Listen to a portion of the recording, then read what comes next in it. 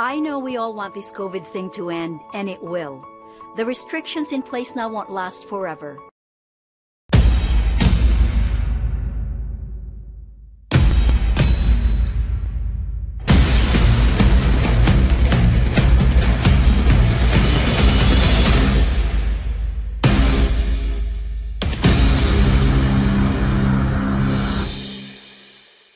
I know we all want this COVID thing to end, and it will. The restrictions in place now won't last forever. Smart people are figuring out how to get vaccines to everyone, but it will take a little longer. Until then, we need to recommit and finish strong. COVID won't stop spreading on its own. We have to stop spreading it. Meet with friends outside, social distance, and most of all, wear a mask. We're all in. Are you? Some people see just another local Utah sports app. Oh, wait, what? A local Utah sports app? Introducing the new KSL Sports app, powered by KSLSports.com, Utah's only all-in local sports app, connecting you with all the action you love. The latest news, insider analysis, podcasts from the pros, and so much more. Free. Available right now, anywhere you are. Download the free KSL Sports app today from your favorite app store. At UCCU, we do mortgages fast. Seriously fast. Just use your phone or computer to fill out UCCU's super easy mortgage application. You'll receive an instant pre-approval before you start shopping. Your completed mortgage file will be underwritten by UCCU's very own in-house professionals. Like us. Seriously fast. Buying or refinancing a home has never been this easy. Seriously fast and super easy. It's what I do. It's what I do. It's what we do. We love the new apartment. The natural light is amazing. Hardwood floors. There is no problem.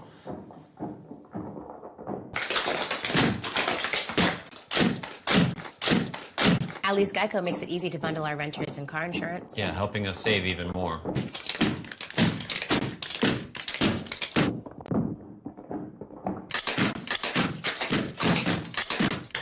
For bundling made easy, go to geico.com.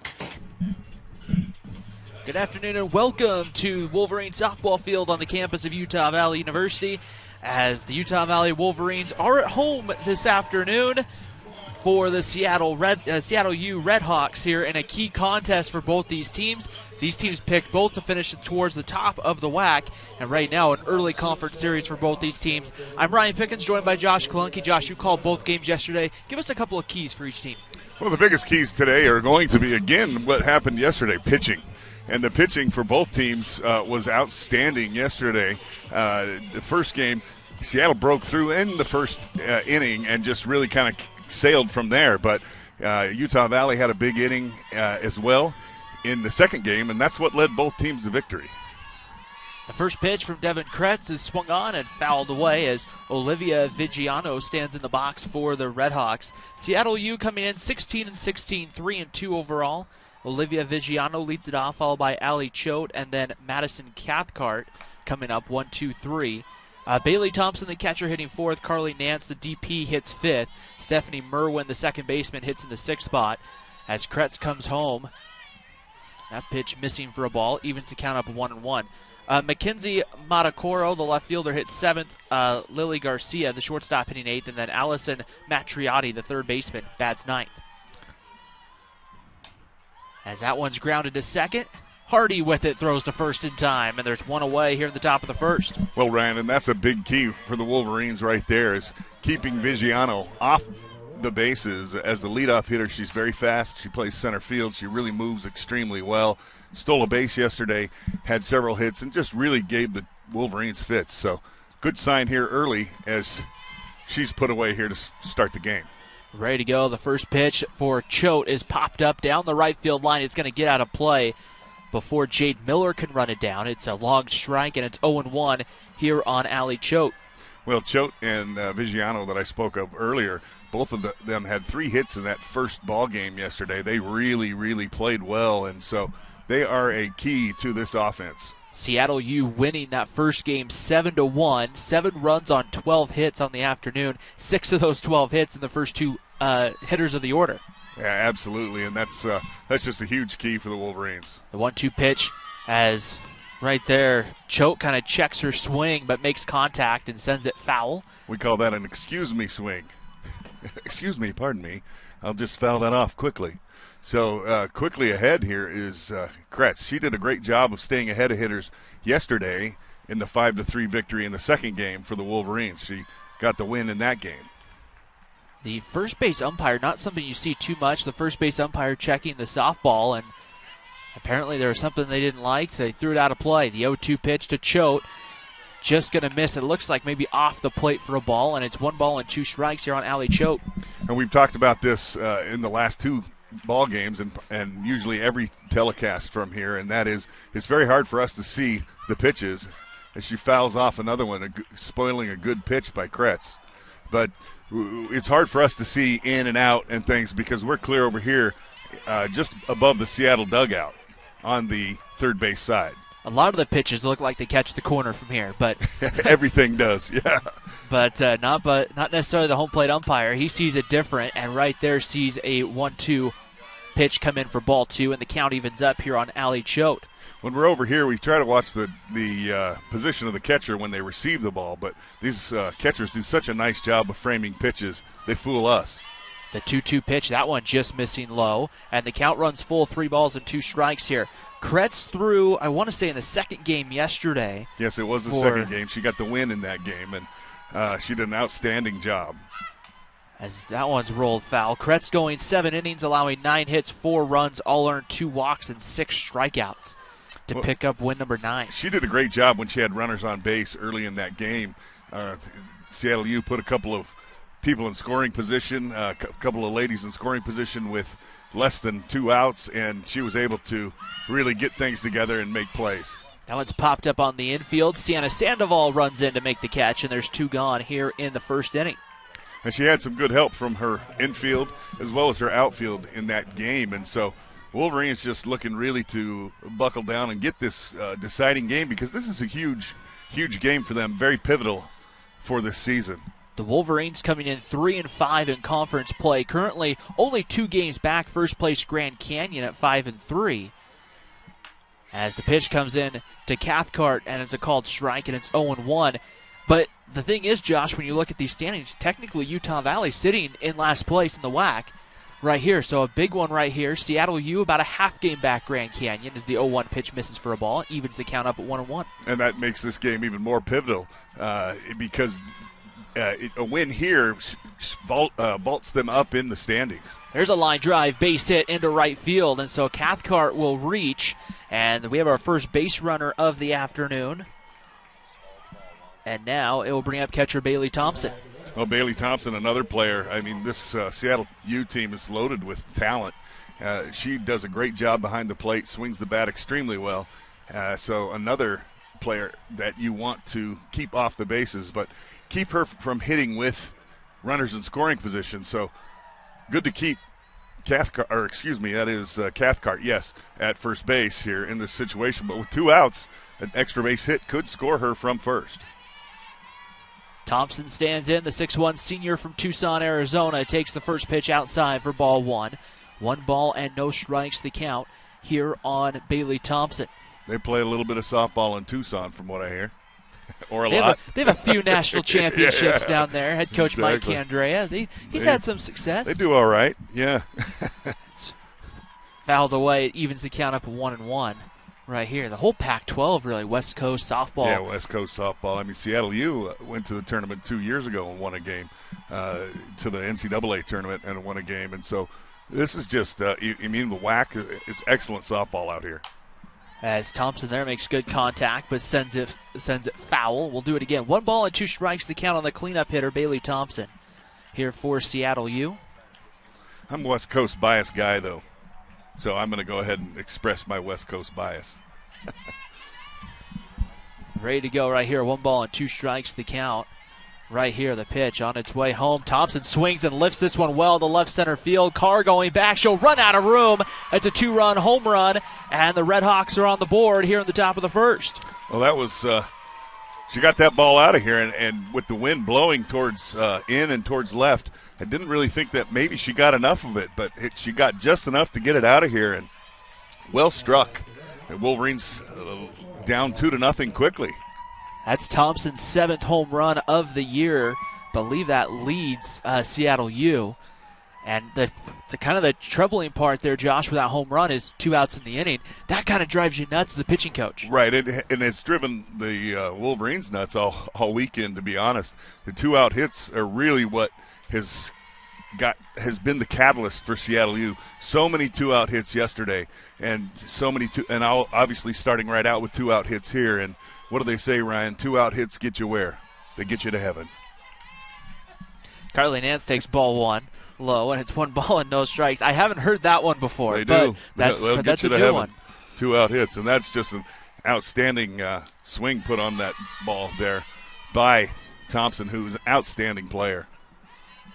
Carly Nance stands in, and she fouls a pitch back to the backstop. It's 1 ball and 1 strike. Nance started game 1 of yesterday's doubleheader that the Seattle U Redhawks won 7-1. She went a complete game, 6 hits, 1 run, which was earned as the 1-1 pitch comes in and misses low and inside for ball 2, 2-1. She also homered yesterday, so Nance really has had a weekend here to this point. She homered. She drove in at least 2 runs that I recall, and there's a fly ball to left field. Rebeledo coming in, makes the catch, and the inning is over. Seattle U scores 2, gets a home run from Bailey Thompson. We head to the bottom of the first. Wolverines coming up after the break.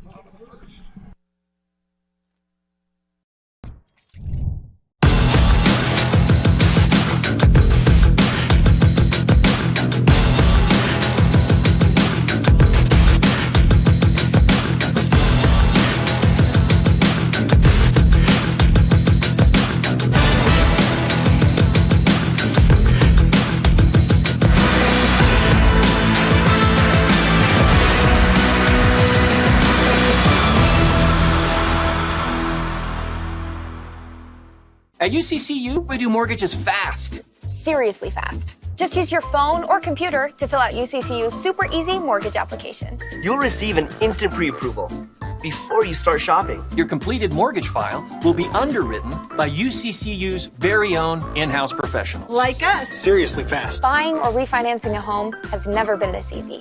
Seriously fast and super easy. It's what I do. It's what I do. It's what we do. Introducing the new KSL Sports app, powered by KSLSports.com, Utah's only all-in local sports app, connecting you with all the action you love. Free. Download the free KSL Sports app today from your favorite app store.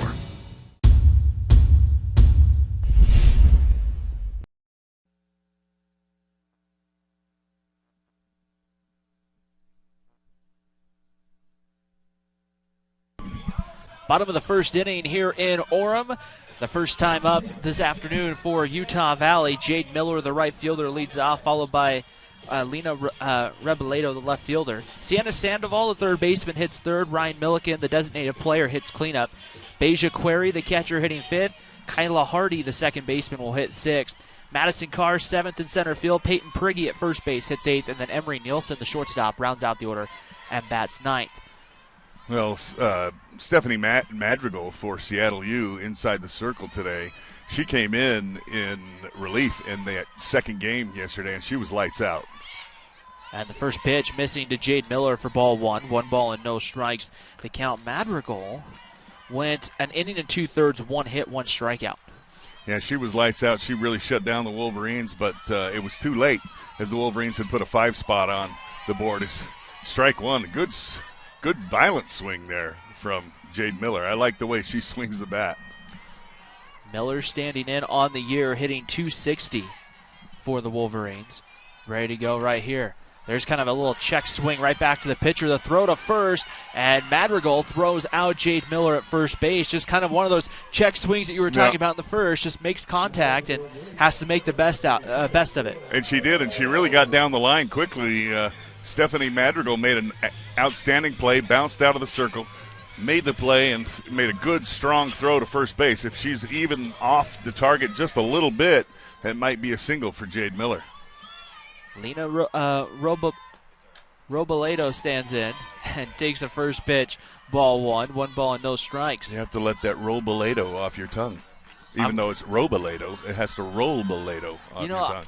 I was practicing last night at home, and the 1-0 pitch on its way, foul back to the screen, and count evens up 1-1. Folks believe that he really was practicing because I guarantee you he was. This guy, he's the best. He does games locally for television, for high school, for both baseball, basketball, anything else they'll give him. And he does the Wolverine baseball. He does Wolverine softball. We've done basketball together. There's a ground ball right back up the middle into center field for a base hit. Well, that's huge right there. Robledo, young lady that really the Wolverines needed to get going, and a sharp single through the middle. Hopefully that will get her going for the rest of the day. As Sienna Sandoval, the junior third baseman, stands in right here. Well, and the Wolverines are really a contagious team. A team that, once somebody starts hitting, it's like a snowball rolling downhill. Madrigal comes in, first pitch. Misses for a ball, and it's 1 ball and no strikes. The count here on Sienna Sandoval.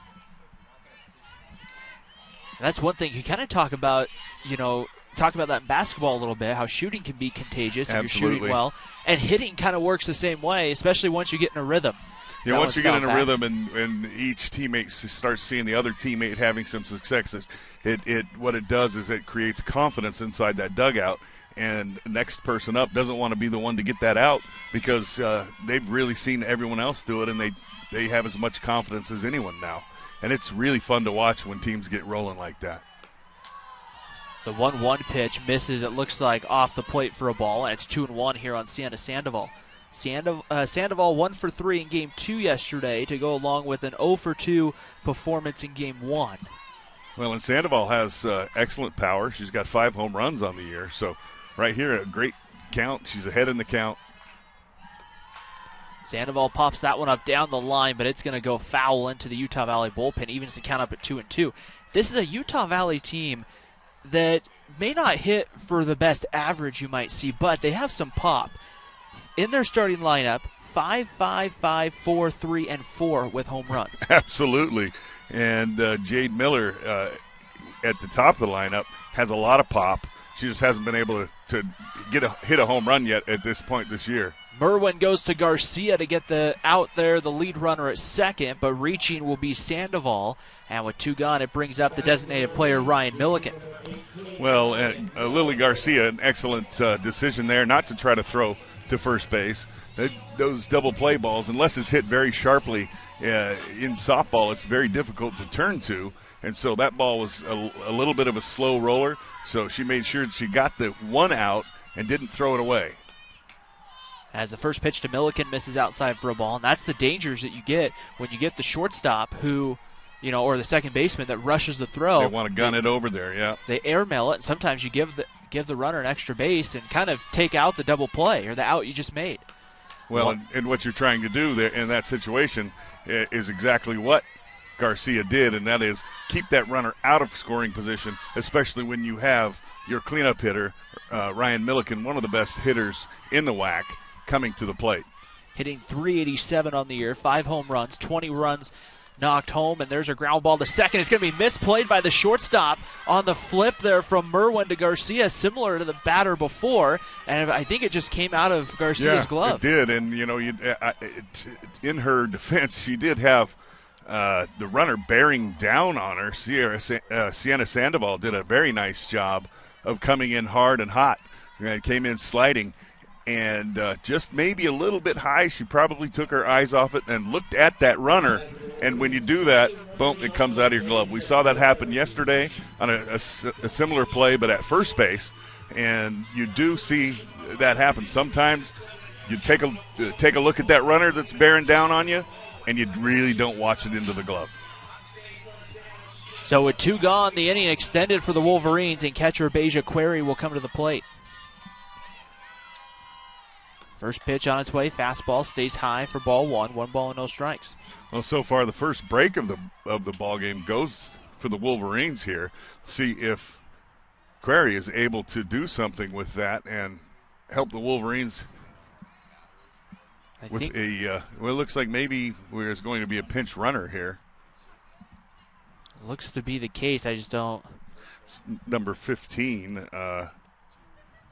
Bryn Hilton, will come in and run, but for whom? I think they're going to run it for second, yeah. And I was just lauding her base running, and she's pulled out for a pinch runner. But right here, you talk about an early situation where absolutely you can put in that faster runner, a base hit there, that extra 60 feet with the speed absolutely changes the ballgame. It does change the ballgame. Speed in this game is huge, and speed in any game really is huge. But in softball with these shorter bases and a smart base running as well, because you've got to get that jump off the bag on the pitch. And there's just a lot involved with running the bases in this game.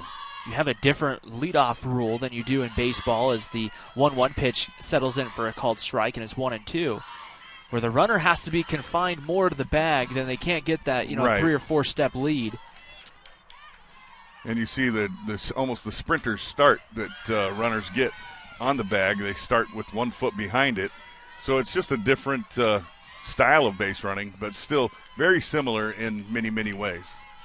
2 balls and 2 strikes the count as the pitch comes home. There's a little soft liner to second, and the play's made. Merwin goes to first, and the inning's over. Utah Valley gets a couple of base runners on. They strand 2. We head to the second, 2-0 Seattle U.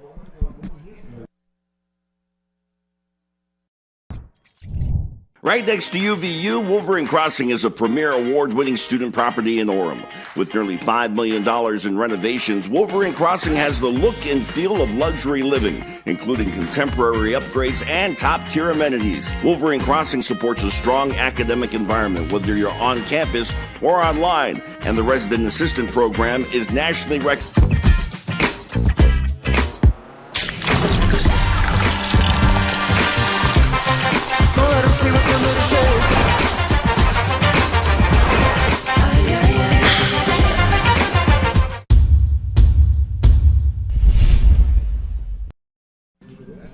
Top of the second inning here in Orem, a 2-0 lead for Seattle U as Stephanie Merwin made the defensive play to end the bottom of the first, leads off the top of the second for Seattle U. The first pitch in there for a called strike, and it's 0-1. Well, it's like they say on SportsCenter, how many times do you see the player that made the excellent play defensively lead off the inning? Well, whenever we edit it that way. But in this case, it actually is happening in real life. But Merwin, I had to say this, that ball for Beja Query, as there's a ball delivered, Asia Query looked to me like it was going to be through. But the outstanding job by the coaching staff for Seattle in reading scouting reports and different things had the second baseman, in this case number 13 here, Merwin, had her placed perfectly to make that play. And so got to give some credit to both Merwin and the coaching staff for that last play, because that very easily could have been a RBI single. 2 balls and 2 strikes on Merwin. The ball also taking kind of a funny hop at the last second there on Merwin, but she fouls that one back. Yeah. We'll do it again. She did a great job of staying down with it. It had a funky spin on it, and that's one of the things you see an awful lot in softball is you'll see some funky spins on some balls hit into the infield, and just you see some incredible plays. It's popped up, but it's going to get out of play just off the building there, just past the Utah Valley dugout. 2 balls and 2 strikes here on Stephanie Merwin. Here's the 2-2 pitch on its way, low and outside. Ball 3. The count goes full, 3-2. A good job by Merwin here. Spoil a pitch or two and then make Kretz work. And the 3-2 pitch on its way is fouled. And then possibly kill a teammate. My goodness, she turned on that ball. Off-speed pitch and hit it directly into almost the on-deck circle, which really kind of worries me. You have to. That's why you always want to take your cuts facing the field. Yeah. That one's popped up foul, I know. But a ball hit that hard, and as she fouls off another pitch, a ball hit that hard when you're that close, good luck dodging it. Of course, in our physical condition, we are not dodging anything, even up here. I might be putting a hand up just to try to make a catch. The 3-2 pitch misses outside, ball 4, and Merwin's on with a leadoff walk to start the second inning. I got a $100 bill in my pocket that says, if you make a catch, it's all yours. Well, the fact that we're under this little roof, this little tent, and then the netting. Yeah, in front that's of us, true. It would have to be yesterday really... I almost got killed, though, bro. One hit that lip of that garbage can in front of us and ricocheted directly at us. I almost died, man. It was so close. On its way. That one's in there for a called strike there to Mackenzie Matakoro, the left fielder. My wife and kids were disappointed that I lived through it, but I remember calling some of the Utah State baseball tournament over at UCCU ballpark. Yeah. As that one's fouled back, and you were outside. We were outside, down the first baseline, and literally about once a game it would come right my way. Every day I was like, okay, remember to bring my glove just in case I have to try to make a play. So you're the little kid doing the play-by-play. I love it. And then, little kid with his glove. I love it. Well, I mean, I was probably a little older than a little kid there. As Matakoro goes down on strikes, that will bring him shortstop Lily Garcia. That's a big out. Matakoro was just big trouble.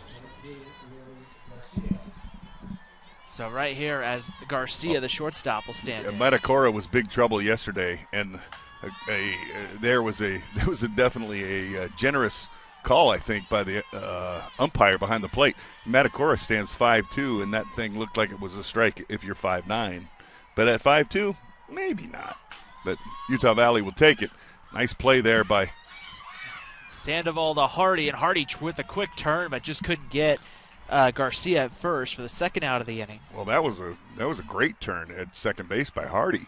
I mean, I thought she had no chance, and she made it a close play over there on Garcia. She's a fleet-footed shortstop, quick twitch athlete, and made that a very close play.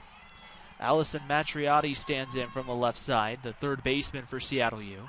That one swung out and missed. It's no balls and a strike. Matriotti on the year hitting .269. Senior third base player playing third base.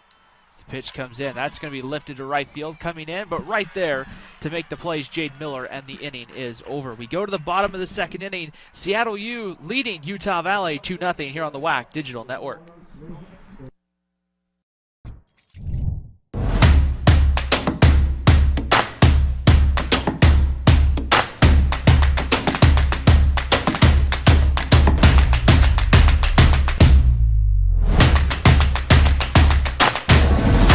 At Intermountain Healthcare, we understand that broken arms haven't stopped. Babies continue to be born, emergencies continue to happen, and doctor visits are still needed. At Intermountain Healthcare, we've put the measures in place to safely care for you in these difficult times. So please don't put off the care you need, especially for stroke-like symptoms, chest pain, difficulty breathing, or other urgent care. We're here for you. Visit intermountainhealthcare.org/here4you to learn how to get the care you need.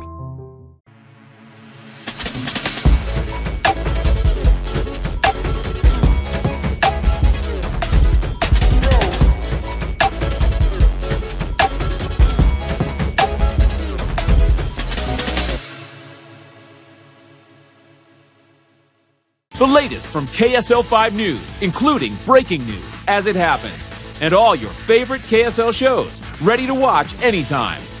Download the free KSL app right now on all your favorite devices.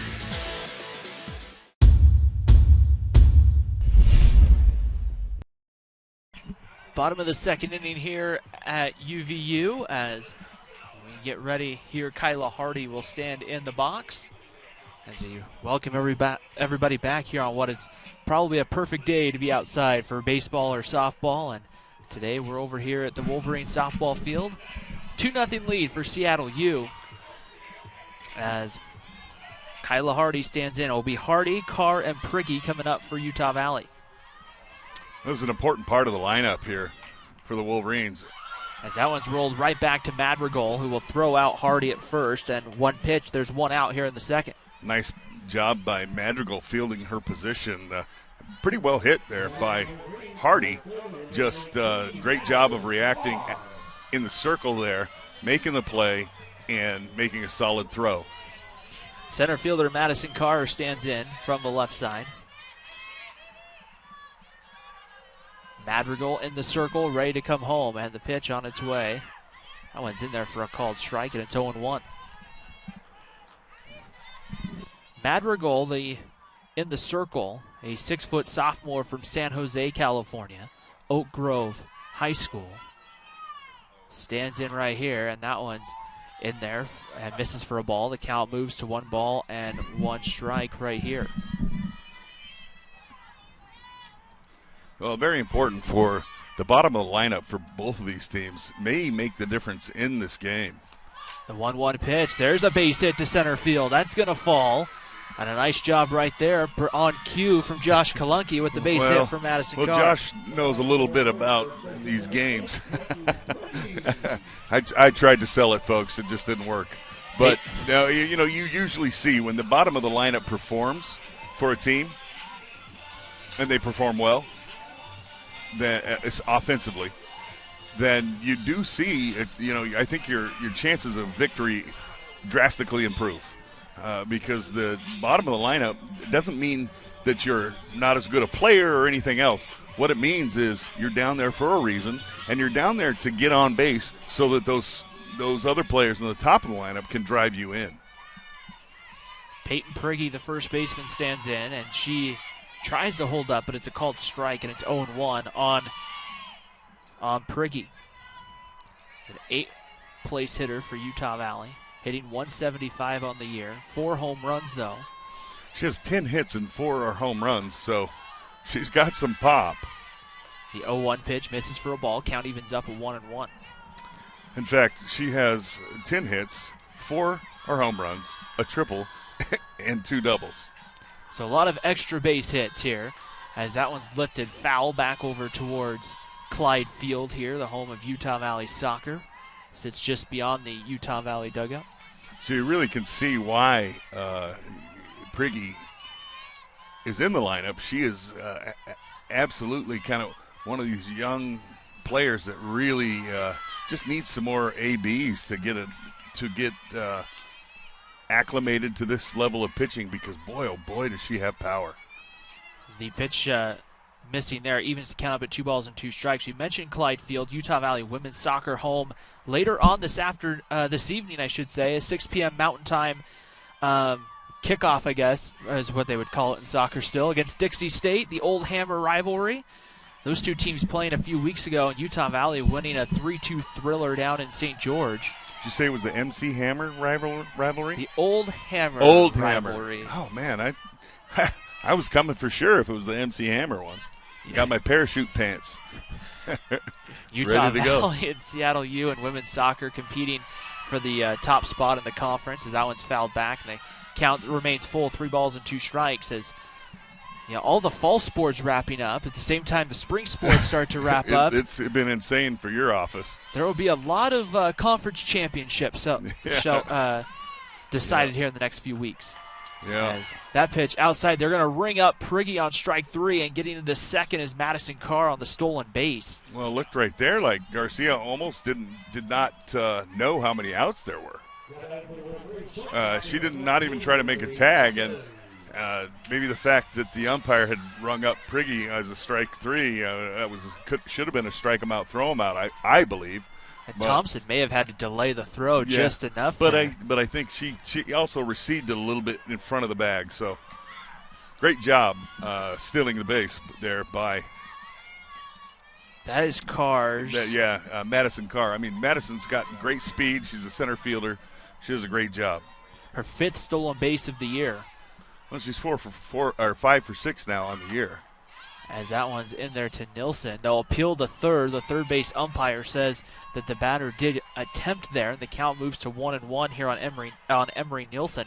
And a big opportunity for Utah Valley to try to get that run home from second. The second straight inning they've had a runner in scoring position, and they with 2 outs in the inning. Well, Emery Nilsson was big yesterday. She made some big defensive plays. She really had a good game yesterday. I noticed that after the game, she was just covered in red dirt. So, when you're covered in red dirt, that means you played hard. The 2-1 pitch fouled back, and we'll do it again. That's why when I was a kid, I used to go jump into the dirt. So my dad would think I played hard when we had to send him pictures because he was stationed in Korea or something. Nilsson, a junior from Syracuse, Utah, transfer from Utah State up in Logan. And the 2-2 pitch, ready to come home. Checks her swing, holds up. They'll appeal again this time. No, she did not, big guy. No, we're ready to go down there if we called that one. 3 balls and two do what, strikes. right? You might be the first. Well, I shouldn't say that. I was going to say you might be the first broadcaster ejected by an umpire, but that may have happened somewhere. Yeah, I'm sure it has. You know, at some point, but right here. I here. try not to be a homer broadcaster, but come on, man. I do the same for Seattle, man. These kids work so hard. They, they have scholarships and different things, but parents pay a lot of money to supplement all of that, and there's walk-ons and different things. There's a lot of kids work a lot hard. That one's rolled back to Madrigal to play at first. She's saved, trying to score from second, and being thrown out at the plate is Madison Carr. Carr just came right around third, and then a great heads-up play from Cathcart to throw home where the out is recorded. Heads up all the way. And that ends the second. We head to the third after the break. Seattle U 2, Utah Valley 0.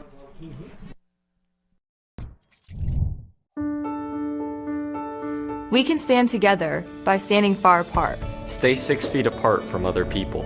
Wear your mask when you go out. Wash your hands often.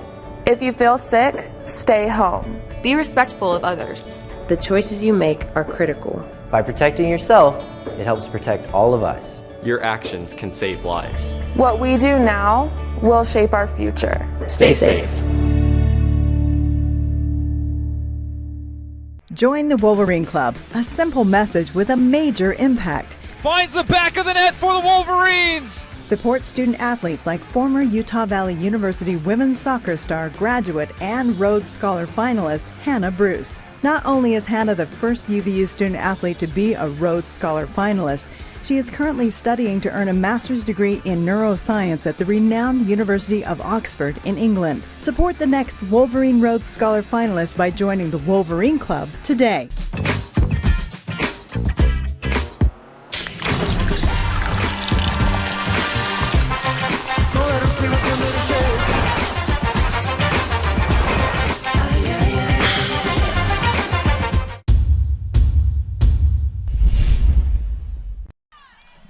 Top of the third inning, Olivia Vigiano stands in with a first pitch strike, and now it's 0-1 on the Seattle U leadoff hitter. 0 for 1 on the afternoon with a ground out to second. As the 0-1 pitch misses inside for a ball, and the count moves to 1-1. 2-0 lead for Seattle U on top of Utah Valley. Game 3 of this 3-game weekend series. Doubleheader yesterday, this single game. Pitch comes in, that one's sent foul right down the third baseline. 1-2 here on Vigiano. Well, Vigiano, we talked about this in her first at-bat. Just really important to keep her off the base paths. Utah Valley, did a very nice job of keeping her off the base paths in the first inning. But unfortunately, with 2 outs, things went south a little bit. Second time through for the Redhawks, and the 1-2 pitch misses outside for ball 2, and it's 2 balls and 2 strikes. We'll see what kind of, sometimes the second, and really when you get to the third time through, that's when you start seeing a lot more adjustments. Absolutely. The 2-2 pitch on its way. That one's going to be lifted, but right to Emery Nilsson, who's standing in the right spot at the right time, and there's one away here in the third. It's kind of crazy to me what a great job these coaching staffs do with the positioning of their infielders and outfielders for that matter. Just do an amazing job of having people right in the right spots. Allie Choate, the right fielder, stands in, and the first pitch gets in there for a called strike, and it's 0-1. Choate popped out to Sienna Sandoval back in her first plate appearance in the first inning. You might see it, I don't know if you see how many adjustments you might see. The 0-1 pitch rolled foul. In baseball, it'd be very unusual to have the same pitcher throw back-to-back days, at least to start the game. Well, it's overhand versus underhand, my friend. But in softball, overhand is an awkward thing that's not good for your arm. Underhand, you can throw, as long as you can mentally and physically, as far as your legs and the rest of your body, as long as you can stay in it that way, you can throw for a while, much longer. Yeah. Kretz threw 120 pitches in Game 2 yesterday. The 1-2 pitch, that one's popped up on the infield. Emery Nilsson right there, makes the catch, 2 away. Well, and you worry, as I said, it's the more of a mental, physical, legs, and really mental for you as a softball pitcher, and less arm. Now, also arm is also involved, but it's not nearly what it is with baseball because that overhand throw is just not – that's not natural, as we all know. Hey, Tommy John. So, Tommy John surgeries, torn labrums, all those things. And that ball's hit well to left field. Going back, Robledo makes the catch with her back against the wall, and the inning is over. A quick 3 up, 3 down in the third. We go to the bottom of the third. Utah Valley looking for some offense after the break. How does Costa Vida create the ultimate sweet pork burrito? We start by following our award-winning recipe, one that calls for everything to be made fresh, from scratch every day. Like our beautifully braised pork, seasoned beans, savory sauces, and delicious cilantro lime rice. Even our tortillas are cooked to order. It's a difference you can taste. Treat yourself to the ultimate sweet pork burrito, only at Costa Vida. Predicting Utah's diverse weather, it takes an experienced team, passionate about putting you in the know before you go. It takes the KSL weather specialists. Weather made special.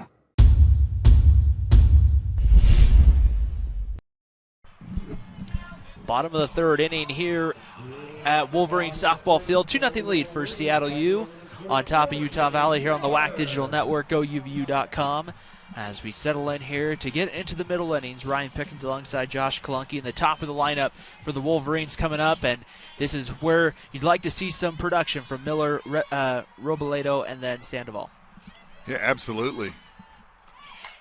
As Miller lines this one to left center field, right that's going to split the gap and go to the warning track. Miller standing on second base with a leadoff double. Well, just as you ordered, just as the big fella ordered. The Wolverines start off with a leadoff double. Jade Miller, a young lady that she's doing a nice job, but she literally, that ball right there, she just drove it right into the opposite field gap. Shows a lot of power going, one hop to the wall in that area. She was I don't even know how to say it. She was an amazing hitter in junior college. And it's starting to translate here. Swinging and missing at the first pitch is Lena Robledo. Yeah, and Robledo needs to maybe step back and say, all right, let's not worry about that 2-run home run. Fastball missing away for a ball, and count evens up 1-1. This opens up a lot to have runner at second, nobody out. If you're Utah Valley, because now you can move the runner over. It takes some of the pressure off in some ways. Absolutely, productive outs. So Robledo here, a strikeout is the worst thing you can do in these situations. You want to try to move that runner over so that you have more and more opportunities the closer they get to home plate. Nobody out, bottom of the third inning. And the 2-1 pitch on its way home is going to be lifted on the infield. Coming over the second baseman, Merwin makes the play. And there's one gone. Well, it's Stephanie Madrigal for Seattle U inside the circle does an amazing job of getting exactly what she needs, and that's an infield pop-up. Runner stays put, and you now are through one of the power hitters for Utah Valley and on to the next one. Sienna Sandoval will stand in. Hit into a fielder's choice back in her first plate appearance. Madrigal trying to work through this here in the third, and the first pitch in there for a strike, and it's 0-1. Well, the junior third baseman for the Wolverines, Sienna Sandoval, she comes in, she's hitting .322, but she has 5 home runs and 5 doubles. So, she has some power. She can drive the ball to all fields. The 0-1 pitch, and that one kind of looked from here similar to the pitch before. This one must a they little all bit look, further out. They all look amazing from here. 1 ball, 1 strike to count. On Sandoval, hitting from the right side. Jade Miller running on at second base. Here's the 1-1 pitch. Fastball high for ball 2. 2 balls and a strike. It's also hard from over here to tell fastball, curveball, rise ball, it really changeup. It really is. It's hard. That one looked like it had a little rise on it, and it ran up inside on Sienna. Sandoval, this one goes off of Madrigal. Karams to short, and Garcia throws out Sandoval, but moving down to third, maybe dangerously there, was Jade Miller. Well, actually, on that ball, Jade Miller didn't. I think she was very awake and understood the situation, and she said, okay, if you want to make a throw at third base, I might be safe, and she might be safe. So a hot shot off the pitcher. Great play by Garcia to pick that thing up and make a good, solid throw.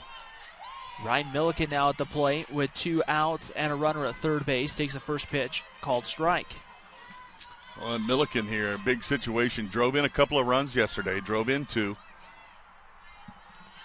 Here's the 0-1 pitch on its way. That one settles off the plate for a ball, and the count evens up at 1-1. And with Milikin, you may want to be kind of careful. You may want to avoid fastball counts with Milikin. A couple of weeks ago. Yeah, absolutely. You want to avoid her getting ahead in the count and having something she can sit back on. And there's a line drive right to the first baseman, or right to Cathcart at first, who touches the base, and the inning is over. We head to the 4th. That ball was smoked. A 2-0 lead for Seattle U.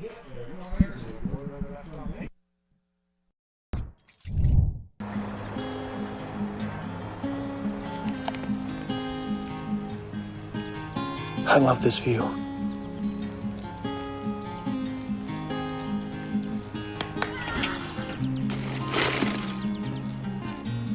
I love that every time this commercial airs, I get to drink another Mountain Dew.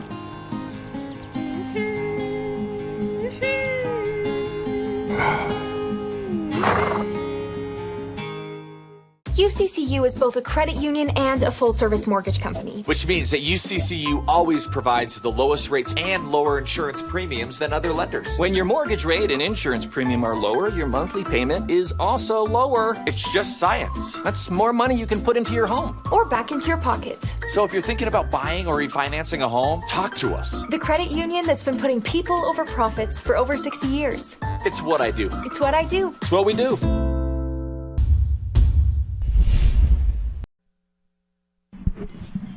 Top of the 4th inning here in Orem. Seattle U leading Utah Valley 2-0. Ryan Pickens alongside Josh Kalunke. Is a busy day for athletics here at Utah Valley. Of course, this time of year right now, you could say every day has been busy for Utah Valley athletics since about the end of January. Is leading off will be Bailey Thompson.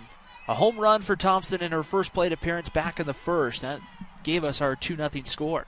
Well, it's amazing what you talk about busy. It's amazing what happens if you have fall sports playing in the spring, as she takes ball 2 there.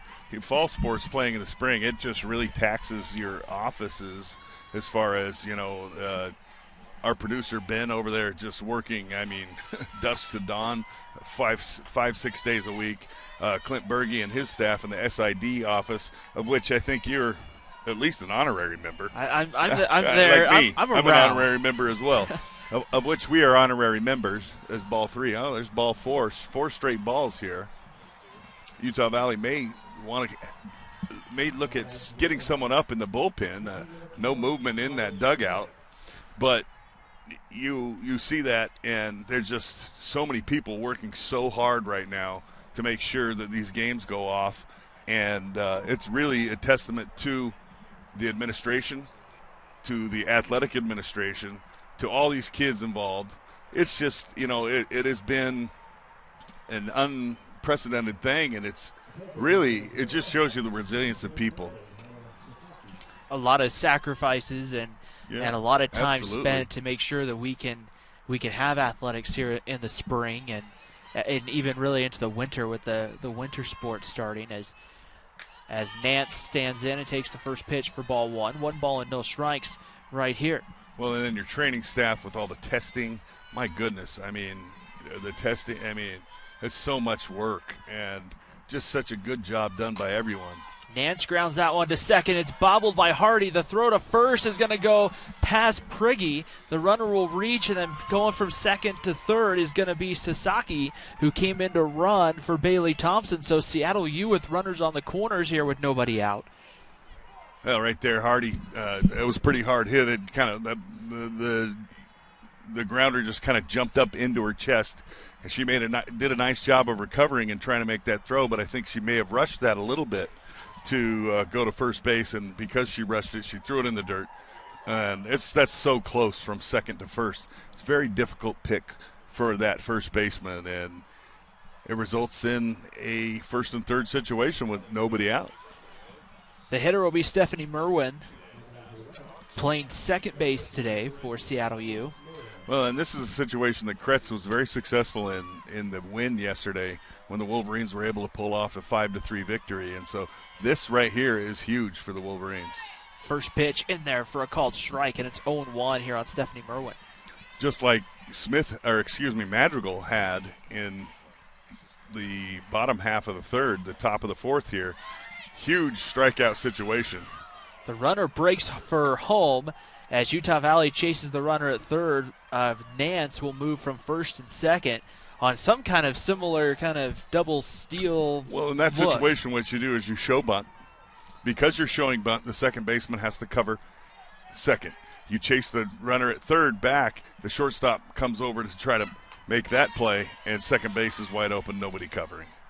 Unless you can have the center fielder playing in at about 80 feet. The only way that's So that's kind of a rarity, as there's a ground ball right up the middle. That's going to get one run, and it's going to get past the second baseman, picked up by Emery Nielsen deep in the infield. But right there, a run comes in to score. It's 3-0 Seattle U as Sasaki comes in.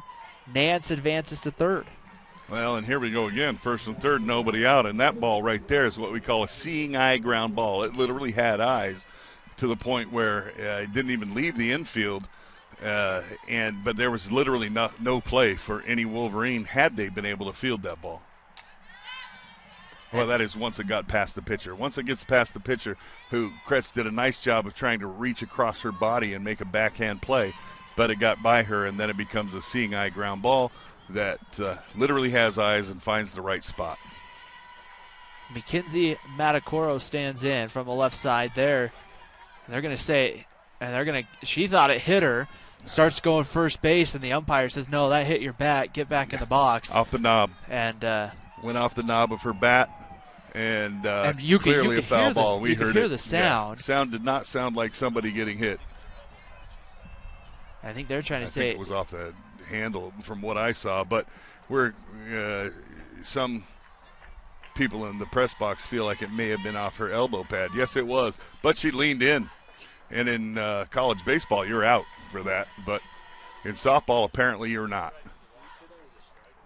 Yes, called it a strike, and so 0-2 pitch, shoot, and that was coming right into our grills. there's a line drive that hits ugly finder, because it was tailing this way right into you, big guy. That's Clint Berge. No balls and 2 strikes as Stacy Mae Johnson, Utah Valley's head coach, will come out and have a word here with the infield. Speaking of Clint Berge, Ryan Milikin hit a hot shot, smoked one down the line, and a nice play over there by Cathcart last inning to end the inning. And I've heard rumors that there's some smoked salmon available out somewhere from Canada. It's just this is alleged. These things are alleged. So allegations that there is smoked salmon available from somewhere. Well, I don't know. You get towards the Pacific Northwest. I was born and raised in Oregon, about an hour off the coast, and yeah, you were. So handsome young man. Matacoro stands in, lines this one back up the middle. That's going to bring home a run right here as Nance scores from third. It's 4-0 Seattle U. Runners on at first and second. Still nobody out. Well, Matacoro has been trouble all weekend, and she, again, right there delivers with a nice ball, just a nice solid swing and right up the middle. Base hit. Still nobody out here. Wolverines do have some action in the bullpen. Unfortunately, I am not able to see that far. I think it might be Katie Zuinga, the left-hander. Yes, a lefty. Grace Dudden, or was not going to be, I thought Grace Dudden had grabbed a bat and was heading towards home plate, but Dutton's in the on-deck circle. Here's Lily Garcia, the shortstop. First pitch in there for a called strike, and it's 0-1 here on Lily Garcia, the sophomore shortstop. Here's the pitch on its way home. Bunt showed, popped it up. Prigge makes the play and then quickly looked to go to second, but nobody was home. Madison Carr came sprinting in from center field, but Utah Valley gets a much-needed first out. Absolutely, and actually a good decision by Prigge not to make a throw to first base, where Hardy had actually gotten over there to cover, but runner was still too close. Matacoro runs really well. Just a very smart play by her.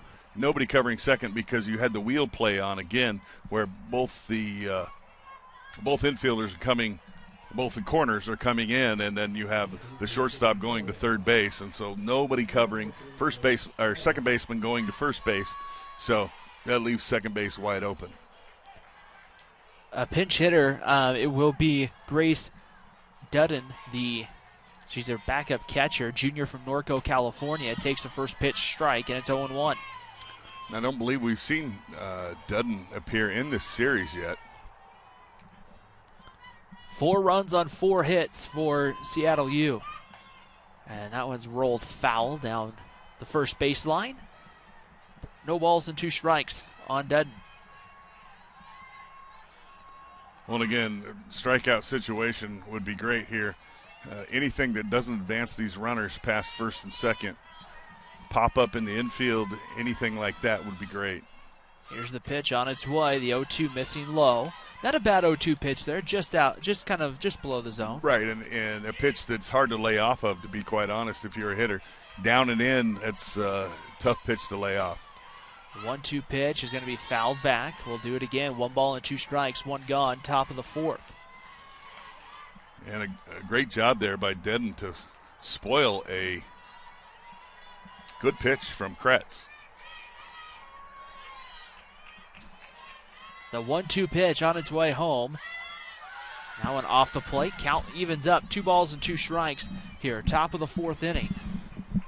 And a much needed first out recorded by Utah Valley on a bunt that was popped straight up in the infield. And there's a soft pop up to second. Hardy's got it for the second out of the inning. A great pitch by Kretz. Got it up in on her hands, popped her up. And now with 2 outs, Wolverines looking to get out of this trouble here with just 2 runs damage. And it will be the junior Olivia Vigiano coming to the plate. And here comes trouble. You've also turned it over to the top of the lineup. Vigiano takes the first pitch, called strike, and it's 0-1. Well, and Vigiano, as you and I were talking about off air, now a lot of these hitters from Seattle U have seen a lot of Devin Kretz at this point, and so now they're starting to maybe get into some comfort. That one rolled foul, and it's 0-2. It's one thing when you see the pitcher the second, third time. When you're going 6, 7, and 8, yeah, there's a lot. There's only so much you can hide, even with the adjustments that Kretz is making. There's just less. There's only so much you can do as a pitcher to try to make adjustments when they absolutely know your pitching style, how you throw pitches, all those types of things. The 0-1 pitch misses for a ball, and it evens the count up 1 ball and 1 strike.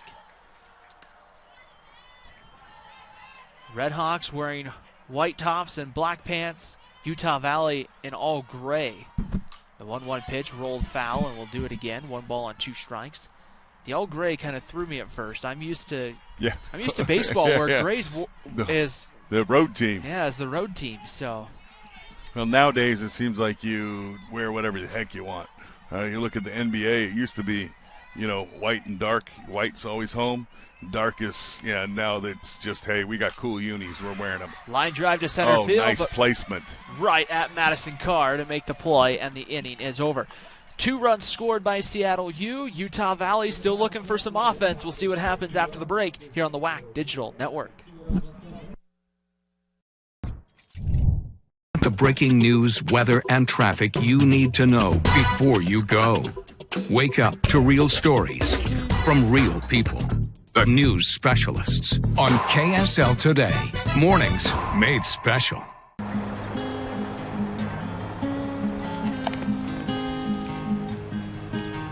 I love this view.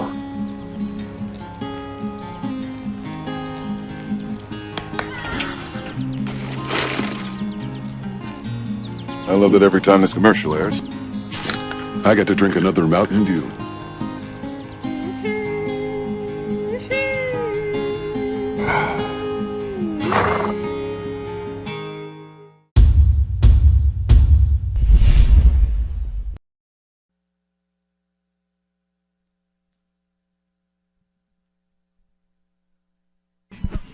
Bottom of the fourth inning here at Utah Valley University, a 4-0 lead for Seattle U as Beja Query will stand in to lead it off. Query, Hardy, and Carr coming up 5, 6, and 7 as we've been keeping tabs on Utah Valley baseball. The Wolverines trailing UTRGV 4-2. That's in the top of the fourth inning. That one's not at home, but women's soccer's at home. Yeah, absolutely. There's men's soccer was at home yesterday after a doubleheader here with the softball team as the ball delivered there to start the inning. Query stands in 0 for 1, grounded to second in her only plate appearance of the ball game. Ready to come home, the pitch on its way. Fastball in there for a called strike, and it's 1 ball and 1 strike here on Query. Utah Valley looking to try to see if they can get some offense going. The Wolverines have had base runners, just haven't been able to get those base runners home, and that's a good start right there. As a single to left center field, and a leadoff base hit from Query will bring up Kayla Hardy. Well, so far the Wolverines have been able to put on some base runners. They just have not been able to move them around to into position to score. They did have that opportunity in, I believe it was the second inning, where they attempted to score from third base on a play, which was a good aggressive tactic, and it backfired, didn't work. And then they had Milikin up with runners in scoring position, and she smoked the ball right down the first base line, and the play was made by Cathcart. So sometimes you hit the ball hard, it doesn't work out. Sometimes you hit it soft, and it does. Softball gods can be painful. Hardy tries to get that one into right field and does. Finds the one open spot there between Merwin and the right fielder. Yeah, beautiful. Base hit. Beautiful piece of hitting right there. She took that pitch a little bit outside, and she just put the bat on it, drove it just over the second baseman's head. Good hustle by Milikin to try to make the play, but dropped it right in between into the Bermuda, it's not a triangle, a Bermuda knot triangle out there, into a spot in between both fielders, and just a beautiful clean single. And it's one thing to kind of keep in mind right there, as we have a lot of different things going on right now, including the Masters, I'm being told. Tony Finau doing well, I think in the top 5 so far. Well, a meeting in the circle here, and pitching coach comes out, has a chat with Madrigal, and they're going to keep her in the game. We cannot see the bullpen for Seattle, so we don't know if anyone's out there getting any work, but I would believe that it would probably be Nance that would be the next one called upon here in this game. So Madison Carr will be the hitter, and if you're Utah Valley, you had a little bit different situation earlier when you were down 2-0. You didn't necessarily need a big inning to get back, and even in the fourth, you don't necessarily need a big inning, but the outs start to quickly add up as ball one's delivered there to Madison Carr. Well, and then when you get into the fourth inning, you're right in the middle, smack in the middle of the ball game, and so you really want to do something to crack that scoreboard and start to draw within, 2 runs, 1 run, something like that, even 3 runs. Start, make a dent on that scoreboard and dent in that lead so that you start to get some confidence that you can put up points. Runs, which are points, I guess. But Madison Carr standing in. The 1-1 pitch on its way. That one is going to miss for a ball. It's 2 balls and a strike.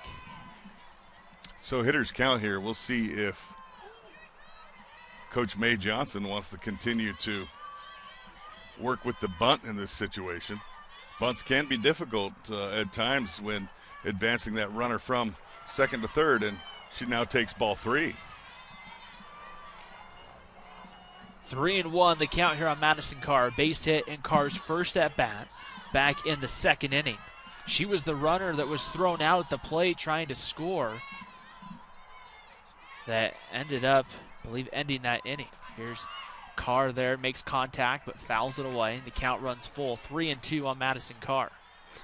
Well, now you would think that Carr is going to have to swing away at this pitch, but we've seen crazier things.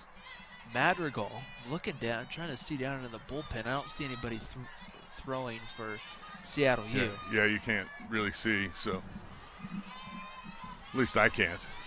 But I'm also blind, so that 3 doesn't balls help. and 2 strikes to count on Madison Carr. Carr rolls that one foul, and we'll do it again. 3 balls and 2 strikes. Good job there. It's a good pitch on the outside half, and she just real late got the bat to it, dropped it foul, and we'll do it again. Carr played in game 1 yesterday, going 1 for 2.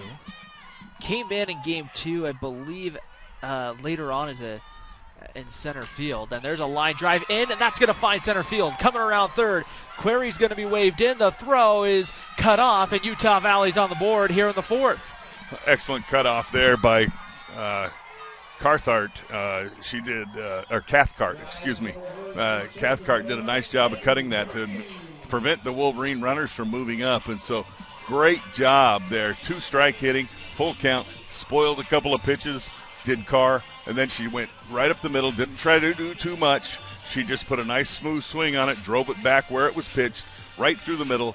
Just a beautiful, beautiful piece of hitting there by Madison Carr. Peyton Prigge stands in right here.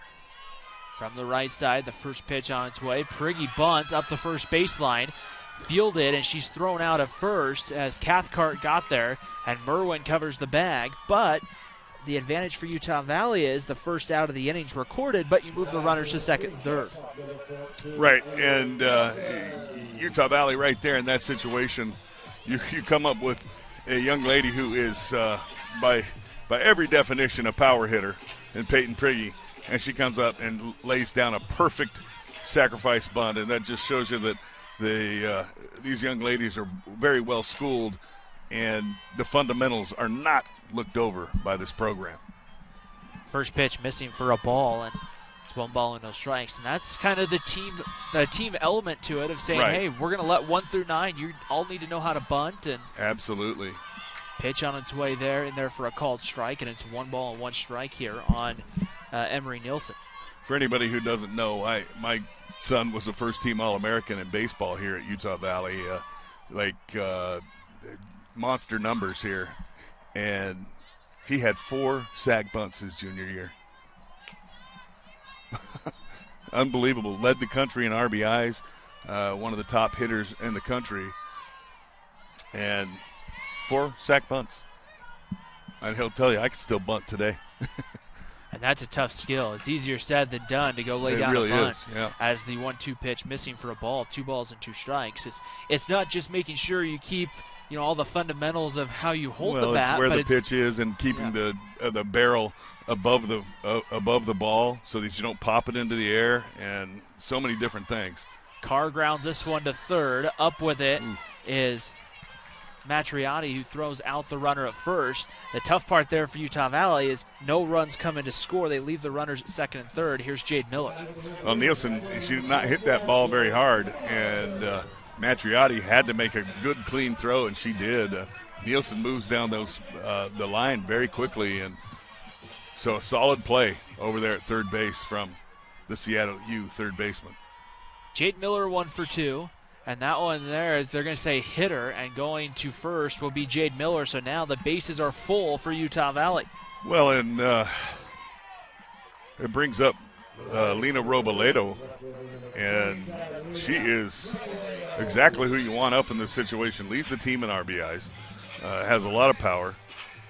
She, on the season, 14 extra base hits. But right now, Madrigal is going to leave the game. She did a very, very nice job. Gave up 7 hits. But what she did do was she limited the Wolverines to just 1 run. Now, leaves the game with the bases loaded. These 3 runners are all her responsibility should they score. But what a great job she did today in holding the Wolverines to just 1 run on 7 hits. Meanwhile, the Red Hawks have just 4 hits, but they have put up 4 runs. So it's timely hitting, and now the Wolverines are asking for timely hitting as well. Robledo comes up, and really this is where you can make your money, is with two strikes. And so far that's been the difference in the series, has been the two out hitting for the Red Hawks versus a 2-strike hitting for the Wolverines. And so the Wolverines right now need a big hit from the left fielder, Robledo. Couple of broadcasts coming up here on GoUVU.com and the WAC Digital Network. Later on tonight, a 6 p.m. kickoff from Clyde Field, where Utah Valley women's soccer taking on Dixie State. The, senior night for the women's soccer team as they'll get ready to wrap up their home schedule. And then coming up next weekend, it's going to be, baseball is going to be at home this next weekend against Tarleton. And softball as well next weekend is at home for Dixie State. So got everything taken care of there for next weekend as, again, we have another busy weekend next weekend here at Utah Valley. And I guess the good news is, Josh, this time of year, the difference between Clyde Field, Wolverine softball field, and UCCU ballpark, a golf cart ride away. Or for those of us who aren't, VIPs, we have to walk. Robledo takes the first pitch called strike, and it's 0-1 here on Lena Robledo. Hey, it's okay. I get some extra steps in this time of year. I'm a happy camper. But they always give you golf cart rides because you're the big-time talent. Not always, but every now and then. No balls on strike. Talent. Pitch on its way. Robledo hits that one out to right field. That's going to fall for a base hit. Hardy scores. Carr scores. Going to third on the play is Jade Miller, and Utah Valley's back within one of the tying run 60 feet away. Well, I just talked about it, and I said you got to come up with those 2-strike hit or 2 out hits, and my goodness, did she answer the bell. She did it. She looked like she cut her swing down a little bit, was not trying to hit it out of the ballpark, just trying to make good contact, be a good hitter, and drive the softball, and she did. She got it out over the plate a little bit outside, and she hit it right into right field. Beautiful, beautiful piece of hitting. Sienna Sandoval stands in, swings the first pitch, lifts it into shallow right field, but going out is Stephanie Merwin, and she makes the play in shallow right field, and the inning is over. We head to the 5th. It's a 1-run game here from Orem. Some people see just another local Utah sports app. Oh, wait, what? A local Utah sports app? Introducing the new KSL Sports app, powered by KSLSports.com, Utah's only all-in local sports app, connecting you with all the action you love, the latest news, insider analysis, podcasts from the pros, and so much more. Free. Available right now, anywhere you are. Download the free KSL Sports app today from your favorite app store.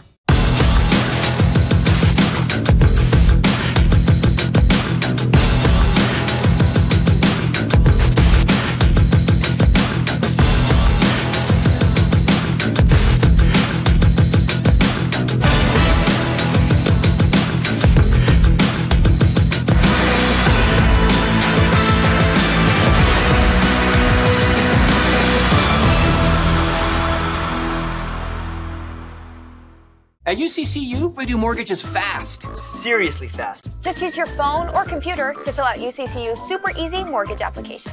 And buying or refinancing a home has never been this easy. Seriously fast and super easy.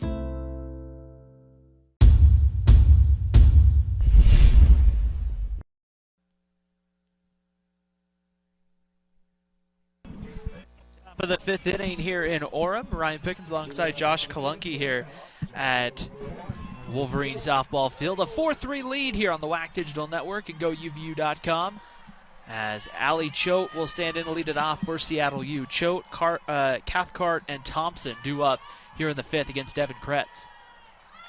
And the first pitch fouled back as Choate tries to just kind of put it in play there, make some contact. Fouls it away, 0-1. Well, right now, this is a very dangerous part of the lineup. Now, the Wolverines were able to put a 3-spot up there, get back into this on the scoreboard, and so Utah Valley wants to really get back into that dugout as quickly as possible as first Allie Choate hit by a pitch, and so they'll start with a runner at first base. But nonetheless, Devin Kretz really right now as a pitcher, you want to get your team back into that dugout as quickly as you possibly can, because some offensive momentum is happening with the Wolverines, and so you want to keep that offensive momentum going as long as you possibly can. Standing in now is Madison Cathcart, who takes a first pitch for ball one. Cathcart, a graduate student at Seattle U from Longview, Washington, and R.A. Long High School. Stands in and swings and lifts this one well to left. It's going to be in the park, though, as Robledo makes the catch on the warning track, and there's one gone. Well, and that wind has picked up here a little bit today. It was very still earlier in the game, but right now blowing kind of in left to, in and towards left, so basically towards third base almost is the wind, and so that may have held that ball up just a little bit and able for Robledo to make that catch. Bailey Thompson went deep back in the first inning for Seattle U. Makes contact there, but sends it foul, and it's no balls and a strike. Thompson also walked in the fourth. Right here, one gone, top of the fifth inning, 4-3 lead for Seattle U on top of Utah Valley. Pitch on its way. Thompson takes that one outside for a ball, and the count moves to 1-1. Utah Valley did have a defensive change at first base now. Is Ryan Milikin? Isn't that Milikin? Oh, it's Priggy. My bad. I thought, okay, no change. The 1-1 pitch outside for a ball. 2 balls and a strike. With my sunglasses, her hair looked super red. 2 balls and a strike, the count on Bailey Thompson. Ready to come home, and the pitch. Thompson sends that one foul over by the on-deck circle for Seattle U. And Choate was moving on the pitch there. She does not run. She's 0 for 1 on stolen bases.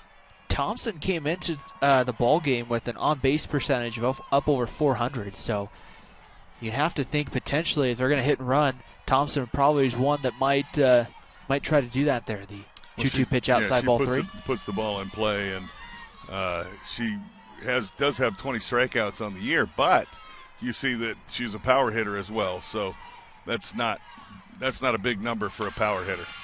That one's foul down the line, a screaming foul, and we'll do it again. 3 balls and 2 strikes, top of the fifth inning, 1 out. Choate is going to be tired over there running all over the place on all these foul balls, but I tell you what, I'd be so tired right now, I'd be calling for a pinch runner. 3 balls and 2 strikes. Of course, if I got a hit, I'd be calling for a pinch runner. Here's the pitch on its way. There's a line drive to right. Coming in, diving, and coming up with the catch is Miller. She'll throw back to first, but the throw goes high over Priggy, and the runner slid in to Peyton Priggy as she was trying to go up to make the play. And the runner over at first, which is Choate, holding her head. I don't know if she maybe potentially got cleated or something up there on the slide. Looked like her body fell on maybe her head on that. I think she went into the bag, and as Priggy went up for the catch, took her feet out. Obviously, all of this unintentional. And when she took her feet out a little bit, she turned, and she had no way but to fall down and land on the head of. Yeah, that's exactly what happened. Watching the replay here, she goes in, hits the feet, and then her body falls down onto the head of Choate. And Choate, that does not tickle when you're down and you're in that position to have someone's full body weight fall onto your head. And so this young lady, she's a tough gal. You're defenseless in a lot of ways. Right, like there's not much you can do. There's nothing you can do. And both ladies were defenseless in that situation. When you have jumped and your feet get taken out, you're defenseless to fall. And when you're laying on the ground and all you've done is make a hustle play to get back into the bag, then she falls onto your head. And that's what you worry about in this situation is you worry about a concussion for the young lady Choate. And you hope. You've seen lately a lot of discussions on concussion protocols and things like that. And those are the most important things that we can do. Concussions. I know I probably had about 30 in my playing career, and we didn't do anything about them back in the 80s and 90s. We were like, just get up, man. just because you can't see straight doesn't mean anything. You just thought you were being tough by staying in the game. But nowadays we understand this much, much better, and we want to take care of these athletes because, remember, your athletic career only lasts so long, and we need to move on and become successful people in our lives, have families, have business careers, whatever we do, and move on and have positive outcomes in our lives. The both coaches talking to the umpires, and the only thing I can think of is they're trying to sort out there may be some kind of conversation about some kind of obstruction or interference type thing, maybe just making sure both teams are okay. But to have them talk about it like that, you have to think there might be explanations given. Hey, this is why we're not calling obstruction on your player for runner's interference. It'd be a tough call to make. Absolutely. The throw was high. Prigge went up to get it. It's just really two players. I feel like two players giving their best effort for their teams and for themselves. And what happened is unfortunate. I'm glad that Choate seemed to be okay. She hustled off. She's not running for herself. We'll see if she comes back in the game. But she seemed like maybe she's all right. She was upset, obviously, and hurt. We hope that it's not bad. But Prigge seems to be okay, even though her feet were taken out from under her, so she was in a vulnerable position as well. The umpire's coming over. And so now we just concussion he's just protocol. Concussion protocol. Make sure the young lady's okay and move on with the game. And it's one of those unfortunate parts of sports where there are going to be injuries, and there's nothing malicious. There's nobody trying to hurt anybody. And so in that case, you say, hey, hats off to both of these kids for as hard as they played on that play, and great job by both young ladies to hustle and work hard for their teams. So we're just showing another replay of that here up in the booth. It will be Charisse Sylvan, number 27, who will come in and run over at first, and now Carly Nance will be the hitter. Well, and she immediately swipes second base, does Sylvan. So great job by her. She was not hesitating. She ran right away, and maybe the lull in the action was why the coaching staff sent her right away, and obviously her speed. And she swiped that bag easily as the throw from Query just kind of slipped out of her hand. Count moves to 1-1 strike here on Carly Nance, who's trying to help her own cause now. Nance pitching currently for Seattle U. Reached on an error and flown out to left. Well, and she helped her cause tremendously yesterday. She swung the bat extremely well. She was literally big-time game MVP if we had one in Game 1 of that 7-1 victory by Seattle. She pitched a great game, swung the bat extremely well, had a great day. Pitch in there, but misses for a ball. 2 balls and 2 strikes. Nance, a 5'10", redshirt senior from Maple Valley, Washington. Good old Maple Valley. You know where that is? I don't. Neither do I. I wanted to throw. I'm guessing that it has something to do with trees, though. 3 balls and 2 strikes, the count right here. But Washington is one of the most whole Pacific Northwest is one of the most beautiful places you'll ever go and see. Maple Valley is kind of up in King County, up by Seattle. There's a line drive out in the left center field. Trying to get there's Carr. She can't get there. Scoring on the play is Sylvan. Nance goes into second with a stand-up double. And it's 5-3 Seattle U. Well, right on cue. Nance just goes to work. She just kind of got that outside pitch, got some extension on it, and drove it out into the gap in left center field. And nothing the Wolverine outfielders could do but make a nice play and get it back into the infield and prevent a triple. But Nance she has had quite the weekend. And in that situation, you almost had to think about, was it worth walking her there in that situation? The way that she swung the bat this week and a weekend, and especially when she's inside the circle. Once she's inside the circle, it's almost like she's like, I'll do this. Why don't I just win the whole game? She's just been tough. Stephanie Merwin stands in the box with a 1-ball, 1-strike count. Kretz comes home. That one grounded foul down the left field line. 1 ball and 2 strikes here on Stephanie Merwin. Well, and to the Wolverines' credit, they continue to battle. and continue to keep themselves in this game. Now it's time to limit the damage with 2 outs. If you give up runs late in the ball game, you have less to work with right here. Here's the 1-2 pitch missing for a ball, 2 balls and 2 strikes. So sometimes even if you're in a bigger deficit in the first or second inning, it's easier to chip away than when, say, you get in a big deficit 5th, 6th, 7th. Right. When you only have, panic starts to set in a little bit as well, and then hitters try to do too much. They're always looking for that 6-run homer that doesn't exist, and it's a true statement, Ryan. Oh yeah. So when you see hitters get up there, swing at the first pitch, and go, not saying that's a bad thing, but sometimes it doesn't hurt to take a pitch or two and see if you can work the count a little bit there. But Kretz doesn't have to as she strikes out Stephanie Merwin to end the inning. We head to the bottom of the 5th. Seattle U 5, Utah Valley 3. Some people see just another local Utah sports app. Oh, wait, what? A local Utah sports app?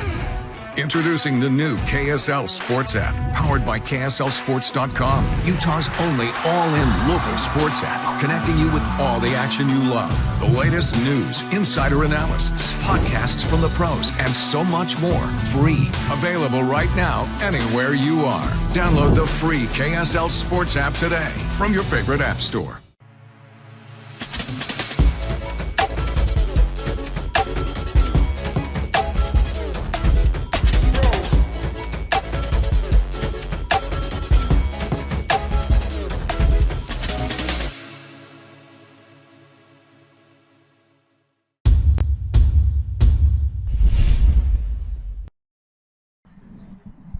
Bottom of the 5th inning here at the Wolverine softball field. Ryan Milikin coming up.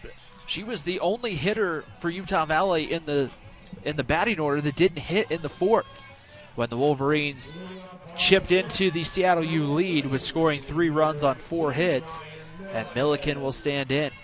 Let's see what Ryan Milikin can do here to get the Wolverines started. Now, the flags are blowing straight in now from the outfield, so Milikin, not only does she have power, but she hits for a great average. So somebody that you really, with a .437 on base percentage, you really want to see start things off here for the Wolverines. She takes strike 1, no balls and a strike here on Milikin.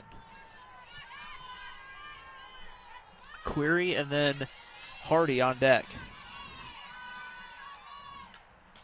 So pitch right on the outside corner. They'll appeal the first, and the first base umpire says no, they did not go. Well, I've noticed something about these softball umpires. They're actually pretty good at making the right call on those check swings. Baseball umps, man, they just flip a coin. I swear. The 1-1 pitch on its way for ball 2. 2 balls and a strike. I know there's one in one of the Utah Valley games earlier. I can't remember if it was Wednesday or last weekend, where the umpires were shifted over. So one was on second base, one was on third. They appealed out to the umpire at second base, which is what they would do, but the umpire was behind the pitcher almost, and I was like, I don't know how necessarily you're going to see that, as that one's fouled away. It's 2 balls and 2 strikes. I mean, that's just being a victim of 3 umpires versus 4. I have to admit, though, they have a really tough job that I probably don't know if I don't think I want it. I'll just stay up here, Yeah, do not let me officiate any type of contest. Because, first of all, I'd have to pay attention for too long. I'd be like, what? Oh, a jump ball. Whose ball is it? I don't know. Doesn't anybody know? You know, those kind of things. Oh, substitution. Oh, and they're coming back in the game. Cool. All right. I'd be the worst. 2 balls and 2 strikes. The count on Milikin right here. Pitch on its way. The 2-2 is swung on, hit well out to left center field. Does it have enough carry? It does, and it's gone. A home run. Wow! I just said Milikin, with the wind blowing in, I thought, get things started with a little base hit, but boy, she got that up in the wind, and it just had enough to get out of here. The 6th home run of the year. Great stroke right there. She kind of went down and got that ball, got some good extension on it, got all the way through it, and just drove it right out of the ballpark. Beautiful, beautiful swing. Ryan Milikin. As that I didn't know if it was going to be off the wall or if it was going to get out or Same. what. Or I thought maybe it was going to be caught on the warning track right up against the wall, but she had a ball yesterday that was literally the exact same thing against the exact same pitcher.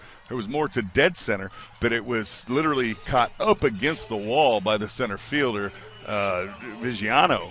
And Vigiano covers so much ground. She does such a good job out there. You're worried anytime a ball's hitting the air out there that it might get caught because of her speed and her ability. But that one, there was nothing Vigiano could do but watch that thing sail into the parking lot. Hopefully it didn't hit my Jeep. As Query will come to the plate right here.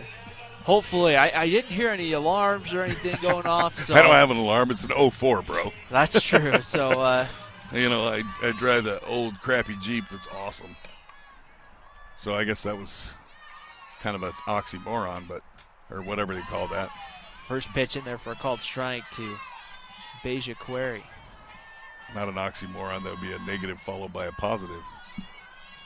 The 0-1 pitch on its way home right here from Nance. And that one's lifted. It's going to be right to the right fielder. Coming in a few steps, Sylvan to make the catch. And there's one gone here in the fifth. Off the bat, that looked like that might drop out there, but it just hung up long enough and carried just deep enough for the right fielder. And that wind is really blowing in right now. Kyla Hardy will be the hitter here. 1 for 2. The pitch on its way home. Hardy takes a fastball off the plate. 1 ball and no strikes on Kyla Hardy. 1 for 2, a ground out and a base hit to right in the fourth. 5-4 lead for Seattle U on top of Utah Valley. Here's the 1-0 pitch on its way home, and Hardy rolls this one to third. It stays fair as Matriotti throws out Hardy over at first. Well, Matriotti at third base for Seattle. She's just solid. She makes great throws across the diamond, and she just has a great arm. She stays down on balls and just makes solid plays time after time. And I'll tell you, that's a spot you don't ever want to play. Those hot rockets that come down there at third base. Whew. Madison Carr stands in. I played a lot of third base in baseball. Mainly I was young enough. I was one of the only players that had the arm to make the throw from third to first. I didn't know you had a cannon. One there as Carr swings and misses. I'm going to announce that in the press box. Everyone know Ryan Pickens had a gun back in the day. 2 for 2 there. 2 for 2 today, Madison Carr. Is that one? Well, and I have to excuse myself when I was describing your arm when I said gun, right. Not like you didn't have a personal weapon. Right. Carr stands in here from the left side, and the pitch comes on its way, and Carr almost kept that one fair in a really tough spot, but it just hooked foul. It was about as much as fair as you could get it before it went foul. 6 inches more, and that's a base hit. 1 ball and 2 strikes, the count on Madison Carr.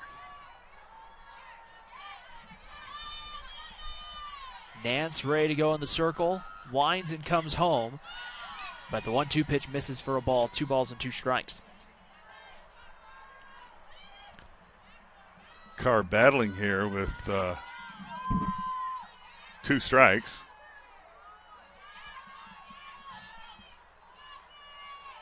Ready to go right here at the pitch.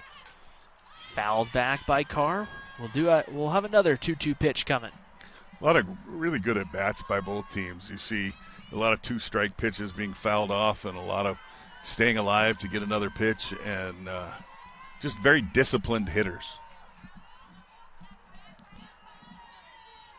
Utah Valley, I believe, was picked 3rd in the WAC this year coming in.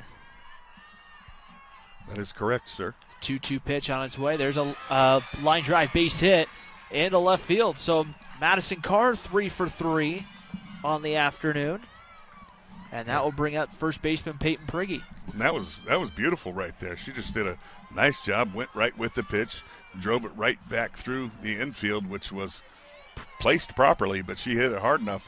There was no chance for the third baseman or the shortstop. And the Wolverines here, looks like we're going to have a pinch hitter. It looks like Jaden Barajas will come in and hit here for Peyton Prigge. here in the bottom of the 5th inning. The tying run for Utah Valley on the base paths over at first. So we'll see Barajas pitch hit here in the 5th. Is that Ice Cube as the walk-up song? I like it. Little Ice Cube. She's from LA. Yeah, that's keep it real. First pitch on its way, swung on, popped up. This is going to go into right center field. Sylvan's there, she'll make the catch, and the inning is over. The Wolverines, however, get one back on a Ryan Milikin home run. They trail 5-4. We head to the 6th after this on the WAC Digital Network. At Intermountain Healthcare, we understand that broken arms haven't stopped. Babies continue to be born, emergencies continue to happen, and doctor visits are still needed. At Intermountain Healthcare, we've put the measures in place to safely care for you in these difficult times. So please don't put off the care you need, especially for stroke-like symptoms, chest pain, difficulty breathing, or other urgent care. We're here for you. Visit intermountainhealthcare.org/here-for-you to learn how to get the care you need. The road to national championships runs through NCAA.com and the NCAA Sports app. And whether you follow one college team or all of them, it's never been easier to get the content you want all in one place. With live broadcasts of multiple championships across all divisions. With exclusive access. You ready to go? Let's have some fun.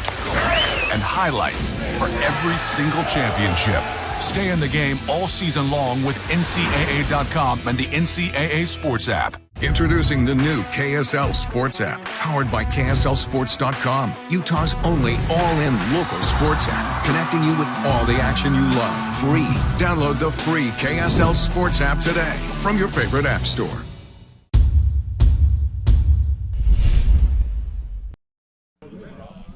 Top of the 6th inning here at Wolverine softball field. A defensive change for Utah Valley. Ryan Milikin will enter the game defensively. She'll take over at first for Peyton Prigge as Mackenzie Matacoro stands in and takes the first pitch. Strike, 0-1. She was trying to slap hit that one there and decided I didn't want to swing, pulls it back, but it's a strike anyway. Right there. 7-8-9 coming up for Seattle U. Well, Mackenzie Matacoro has had quite this weekend here. She's been a real key, a real catalyst for the offense out of the 7 or 8 spot in the lineup this weekend. So, hitting .360 on the year, yeah. Hitting .429 when leading off. Yeah, and that's pretty crazy to have that kind of hitter down in your 7-8 spot in the lineup. It's usually kind of the hitter in some ways you want on that 9 spot to be able to kind of flip it over over to the top. But a 1-2 pitch, that one's going to be rolled. That's going to be a tough base hit, and it will be a base hit there. As Sienna Sandoval didn't have much of a chance there. Nothing, absolutely nothing she can do with a fleet-footed Matacoro. She has been a terror, and once again leads off and puts a base run on first for Seattle U here to start the 6th. Lily Garcia, the shortstop, swings the first pitch and gets that one to fall into left field for a base hit. So Seattle U trying to get some insurance runs here in the 6th as the Redhawks have runners on at first and second with nobody out. Well, I had talked about that earlier. We both talked about it a little bit, that you get performance out of the bottom of your lineup and great things happen. And right now, Utah Valley kind of did the same thing when they got some production in that 3-run 4th inning, and now Seattle U has their 7 and 8 hitters come and go back-to-back singles.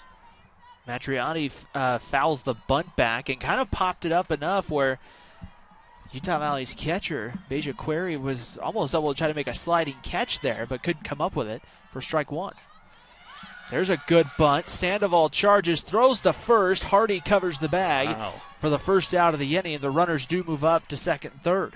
Wow, that right there, that was a big league play by Sienna Sandoval, like big league. I got goosebumps on my legs from that. That was just a nice play. She rushed in and then make that that's kind of a throw that as a softball or baseball player, you love making that little underhand scoop and throw, but that throw can sail on you big time. Olivia Vigiano stands in, 0 for 3 on the afternoon, takes ball 1. It's one of those throws you practice a lot in practice, and you get a chance to do it in the game. You're just glad you did it right. Yes, because it really can sail on you. 1-0 pitch, misses for a ball, and it's 2 balls and no strikes on Vigiano. Well, that looked like a pretty good pitch from our vantage point. And actually, Beja Query turned around and looked at the umpire and asked where that ball missed. 2 balls and no strikes the count. The pitch on its way, swung up, popped up over us here, and back onto the tennis courts, I'm assuming. Just don't hit it because it's yellow, people. Break the racket. 2 balls and a strike here with 1 out in the top of the 6th inning. Devin Kretz in the circle, comes home. That one right off the corner, but it's going to be a called strike, and it's 2-2 here on Vigiano. And if there's a strikeout situation for Utah Valley and Devin Kretz, right here is probably maybe the biggest of the afternoon to try to keep this at a 1-run ball game. Well, especially here in the top of the 6th as we get later and later into this ball game. Here's the 2-2 pitch on its way home. Ground ball to third, backhanded by Nielsen. She won't have a play. Throws back to second, however, and catches. Garcia had rounded the bag a little too far. Garcia's retired 6-4, but the run does score. Well, absolutely. In that situation, I think Seattle will take that run in that situation, but it's got to be frustrating. And you can see their head coach takes his hat off and scratches his head in a little bit of frustration. But, in her defense, Garcia came off thinking there was going to be a throw to first, got a little bit too far. Nielsen, heads up play to look to second base, fire it over there. Hardy, nice tag. Second out made at second base. Charisse Sylvan stands in the batter's box. Down in the count 0-1. Runner takes off. The good throw down. Hardy applies the tag in time, and they are able to catch Vigiano. That is only the 3rd time this year Vigiano has been caught, and now the Wolverines have their chance to get some offense going to tie the ball game. 6-4 Seattle U. Join the Wolverine Club, a simple message with a major impact. Ghana's first Winter Games skeleton. Support student athletes like former Utah Valley University track star, graduate, and current Olympian Akwasi Frimpong. Yes, South Korea, here I come. Akwasi was the first person to represent his nation of Ghana at the Winter Olympics in the skeleton. Support the next UVU Olympian by joining the Wolverine Club today.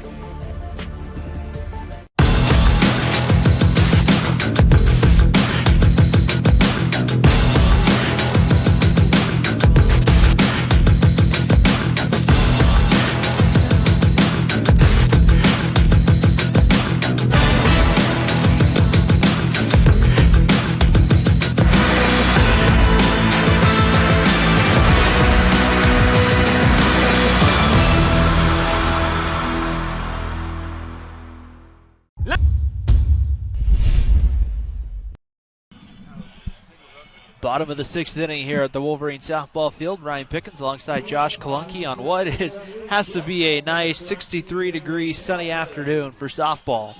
Yeah, it's absolutely perfect day, and the wind had been blowing a little bit. Now it's really settled down, and the flags are still. It's kind of been windy, not windy, windy. Make up your mind. Let's just not be windy. But Seattle U there came up with a big run as strike one, a swing and a foul ball. Emery Nilsson, the hitter. Obi Nilsson, Miller, and Robledo coming up here for Utah Valley.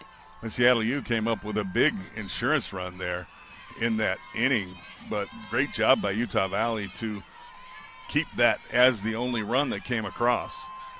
Here's the 0-1 pitch to Emery Nilsson. There's a bunt, and that one just goes foul right there. Nilsson will reach first, but she'll have to come back to the batter's box. Down to the count, no balls and 2 strikes. Utah Valley used a 5-run 5th inning in Game 2 yesterday to get a 5-4 victory.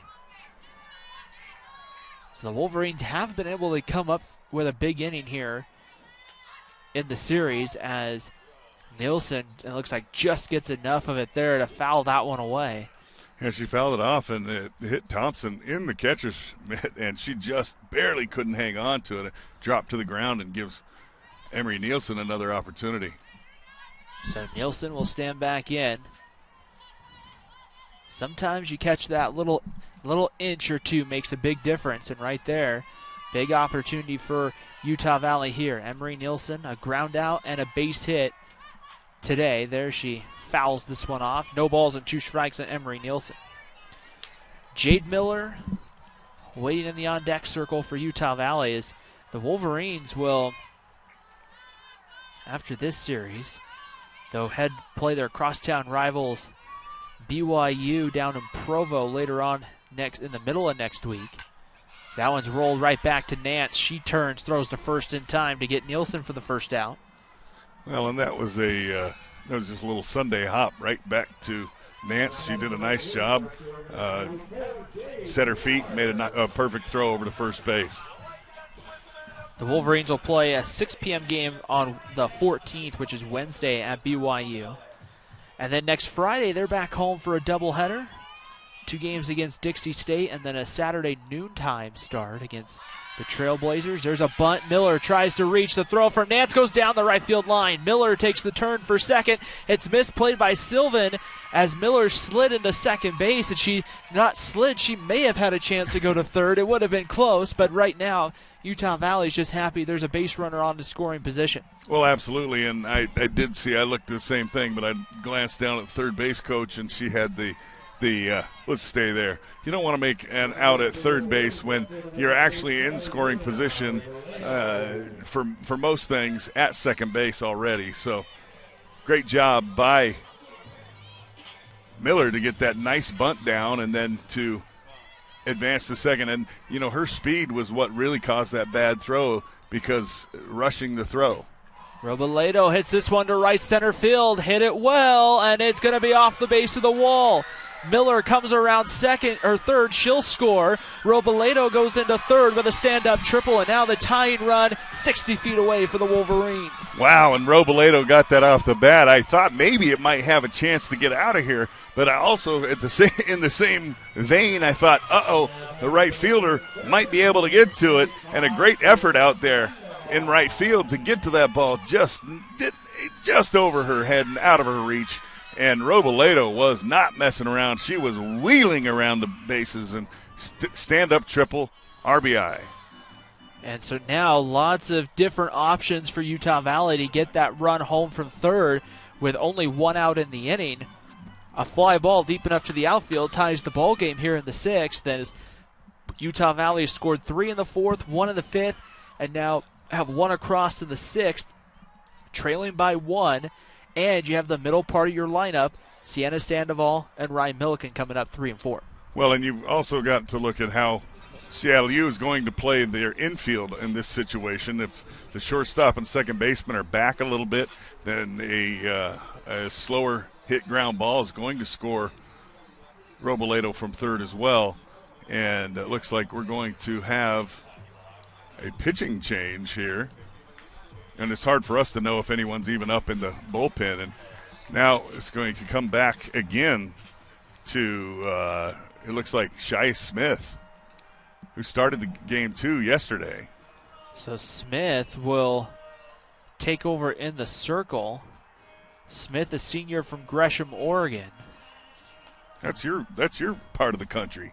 About an hour and 45, 2 hours or so, give or take traffic. Well, you're from the big city, though. Kind of. Yeah. Kind of the big city. We'll call it you're from the burbs. So right here as we... All the rich kids live in the burbs, man. Take a look right here as you're seeing a replay here of the RBI triple from Robledo. That one just missed getting out, and like you heard Josh say, she was hustling around second base. She won third. She was moving, and she stood up. She was thinking inside the Parker, I think. But just a great job by Robledo, and she's had a nice day today. Done a great job, and really nice to see her bounce back from yesterday where she struggled a little bit at the plate. And she's done a great job. Smith started game 2 yesterday, going 4 1/3, 6 hits, 5 runs, 4 earned, 1 walk and 4 strikeouts, and not an easy situation to come into. 1 out, bottom of the 6th, tying run, 60 feet away. And Sienna Sandoval will be the hitter. I'm trying to see here. I saw Utah Valley out talking to the umpire. It doesn't look like they made any changes, though, so maybe just clarifying something. I don't know, but chatting him up, trying to get a call. Sandoval stands in, the pitch on its way. Stays high for ball one. 1 ball and no strikes, the count on Sienna Sandoval. Good job by Sandoval. I think the most important thing here for her in this at-bat is to be patient, get something that you can drive through the infield, and just not try to do too much. Pitch on its way. This one misses outside for ball 2. 2 balls and no strikes. And with that runner at third, you mentioned there's a million different ways you can get that run in. Sorry, Ryan, I didn't mean to cut you off. You're good. You're good. I was just going to say, Seattle U may be careful with what they throw Sandoval and Milikin. That one's fouled back. Yeah, and she just missed that ball. A 2-0 count, kind of a good pitch to hit. And anytime you see a hitter foul a ball directly behind them, it usually means they're right on that. They're right on the pitch. Just missed underneath a little bit and fouled it back. 2 balls and a strike, the count on Sienna Sandoval. The pitch on its way, fouled back to the screen. We'll do it again, 2 balls and 2 strikes. That one there looked like Sandoval may have chased that a little bit up after she had that good swing on that foul ball. You start to see a ball a little bit up, and when you're a power hitter, as Sienna is, you are willing to chase that ball up a little bit because you know you can hammer that. Here's the 2-2 pitch, right on the outside, ball 3, and the count goes full, 3-2. Well, it's hard to see from here, but it looks good. I mean, obviously the catcher caught that across her body, and that's not close when you watch the replay. Ball's way out. So good eye by Sandoval. 3 balls and 2 strikes. First base is open. Sandoval pops this one up into shallow right field. Coming in, it's going to fall. And that may have been a time when with Sylvan out there where it might have been best just to let that one go in some ways instead of taking the out where the tying run can score as we get later in the ballgame. Absolutely, and especially when she's running and going to her left and all her momentum's taking her to her left, she's going to have to stop, plant her feet, and make a perfect throw to home plate to get Robledo, who runs quite well. Seattle U not really playing the infield in necessarily. The shortstop playing back, but other than that, everybody in probably a step around the bag. It's not going to matter, though. We're tied as Sandoval goes down the left field line. Digging for 2. Sandoval is there, and we're tied at 6th here in the 6th. Wow. That ball was drilled down the line, Ryan, and the third baseman there, Matriotti, just had absolutely no chance on that ball. That thing was smoked directly down the line. Great job and just a great at-bat there by Sienna Sandoval. She just really showed you why she hits the way she does at .322 coming into this game, and she smoked that ball. And in this situation, I think right here we may see an intentional walk to Ryan Milikin, but looks like that pitch, maybe they're just going to pitch around her. I think still in softball they make you throw the 4 pitches, unlike in baseball now, in college baseball, where you can just say, hey, we're going to put this person on. Milikin lifts this one to left. The ball's falling, sliding, and making the play in left is Matacoro for the second out of the inning. Well, that's a great play out there in left field. Just an outstanding sliding catch. And Milikin just missed that ball, got a little bit underneath it, but you thought maybe it had enough spin that it might fall out there, but outstanding play by number 7 out there in Matacoro. Beja Query, the catcher, standing in, 1 for 3. First pitch, fastball, stays a little bit high in a way. It's 1-0. Well, we've discussed this, and 2-out hits will get you to heaven, so hopefully Beja trying to get to heaven here on this one. Utah Valley has at least 1 hit in every inning. They have 13 in the ball game. 1-0 pitch outside for ball 2. 2 balls and no strikes. Well, 13 hits in the game. It's pretty impressive right now. They're really swinging the bats well today. But the thing that matters most is it's 6-6 on the scoreboard. Outside, that one's going to be in there for a strike, and it's 2-1. Well, that's a good take right there by Beja, because at 2-0, you want to look in a certain spot for a pitch that you can drive, and she didn't get what she wanted, so she laid off of it.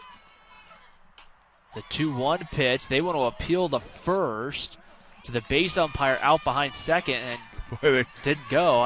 Ask an awful lot in softball, and sometimes it's like the better part of valor is just not, is not doing it. 3-1, have to be ready for the fastball here. Query pops this one up, sends it foul. Count runs full, 3-2. Well, she was ready for the fastball, but it was a good fastball, and it looked like it was a little bit in, and she just unable to get her barrel down to get all of it. 3 balls, 2 strikes, 2 outs, bottom of the 6th inning. 2 runs in for the Wolverines. High and away, ball 4. That's a good patient at bat. Worked the count, worked it, fouled off a couple of pitches, and got herself that free pass. And now with 2 outs, Kyla Hardy will be the hitter. Hardy 1 for 3. Well, and Hardy, she's kind of, for a freshman, she sure does a great job. For any player, she does a great job, but she has really been swinging the bat well. First pitch missing for a ball, 1 ball and no strikes. For Hardy on the year, 32 games played and 30 starts. And whenever you're coming in to college athletics as a freshman going D1 and you're going to start 30 games. It's a big deal.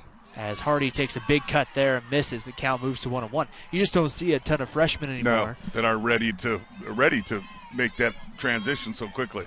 And Hardy here, she leads the team in doubles. She's got 10 doubles on the season, which is an extremely impressive number. Here's the 1-1 pitch on its way. Fastball stays high, ball 2. Well, and you saw that on her first swing. You could tell why maybe she has a little bit of power. Boy, she does not get cheated. 3 home runs, 18 runs batted in this year.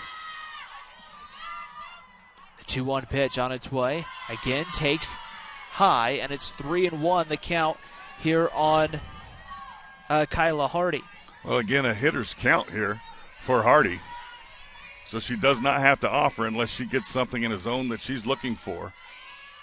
Something that she feels like she can drive. Here's a 3-1 pitch. Swung out, popped up.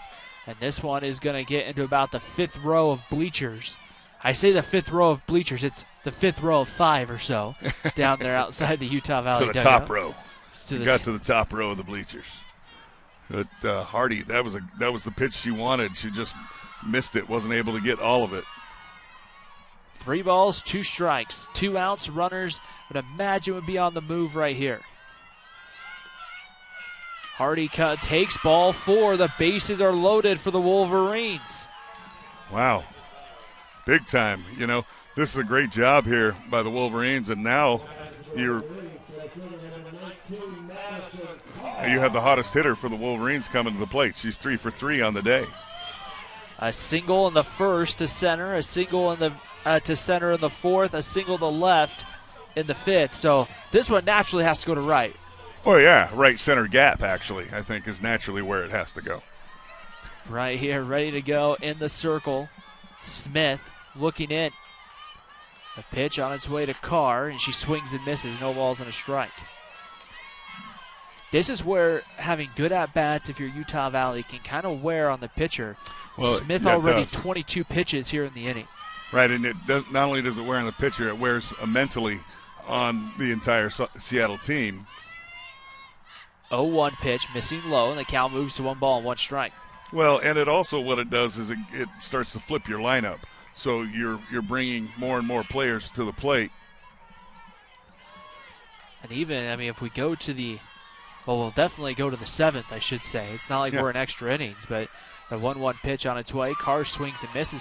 As it sits right now, Utah Valley would have 8, 9, and 1 coming up in the 7th. And now we're going to have a little conference right here. And that's just one thing to kind of keep in mind. Like you talked about, you're going through now the 4th or 5th time through that lineup. Yeah. The hitters now are kind of used to, they've pitched me away. They're pitching me away every time. Okay, right. What's the likelihood they're going to come in? Well, and all 3 of these pitchers for Seattle U are pretty similar. They both all 3 of them throw pretty hard. They're all very effective. They throw a lot of strikes, so they're all very similar. Here's the 1-2 pitch on its way to Carr. That one missing outside. And they're going to appeal the third, and the third base umpire says he didn't go. And it's 2 balls and 2 strikes. You think? You think she didn't go? Goodness sakes, people. There's been a couple of the appeals where, personally, my judgment is that there wasn't really much to appeal. Exactly. But I guess you know what? I get it. 2-2 pitch, fouled back. Great job there by Carr, just fouling off a nice pitch from Shy Smith. Just, make her throw you another one. Get something you can handle. 2-2 and 2 outs here. Bottom of the 6th, my brother. 2 runs in. Lots of 2s on the scoreboard right now. Here's the pitch on its way to Carr. She takes high ball 3. Count goes full. There's no place to put Madison Carr. Smith has to come over with a strike here. She really does. And Madison Carr, she's going to battle. She's going to try to spoil anything she gets that is difficult to handle this close to the strike zone, and she's going to make Smith throw a good pitch. 3-2 pitch, fouled back. We'll do it again. Excellent pitch by Smith, and just a good job of staying in the at-bat by Madison Carr. And with the runners taking off, especially from first and second, this is where a ball in the gap or even sometimes down the line is trouble if you're Seattle U. Yeah, absolutely. But right here, it's 2 young ladies just competing. 3-2 pitch, fouled back. We'll have another one coming here. Well, this is one of the reasons you love softball is at this point it's batter versus pitcher, and 2 young ladies literally competing as hard as they possibly can for their teams, and both dugouts on their feet, cheering on their teammates, and unfortunately, somebody's got to win or lose this battle. Who's got more pressure on him here, Utah Valley or Seattle? I think Seattle does right now. 3-2, fouled back. Mainly because if Utah Valley scores and takes the lead, you only have one shot. Utah Valley, still has one more chance to hit in the bottom of the 7th. Absolutely, and so right now you've kind of seen that this hitter in Carr will spoil your best pitches, and so you've got to figure out something to get her to chase or something, but it's hard to throw something to chase because she doesn't chase it. It's 7-6. Here's the 3-2 pitch. Carr lines this one right to third, and Matriotti is there to make the play, and the inning is over. Utah Valley gets 2 back. We're tied at 6. We head to the 7th on the WAC Digital Network. We love the new apartment. The natural light is amazing. Hardwood floors. There is a bit of a clogging problem.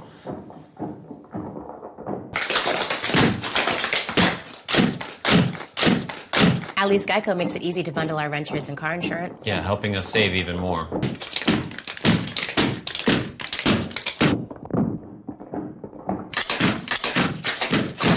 The latest from KSL 5 News, including breaking news as it happens, and all your favorite KSL shows, ready to watch anytime. Download the free KSL app right now on all your favorite devices.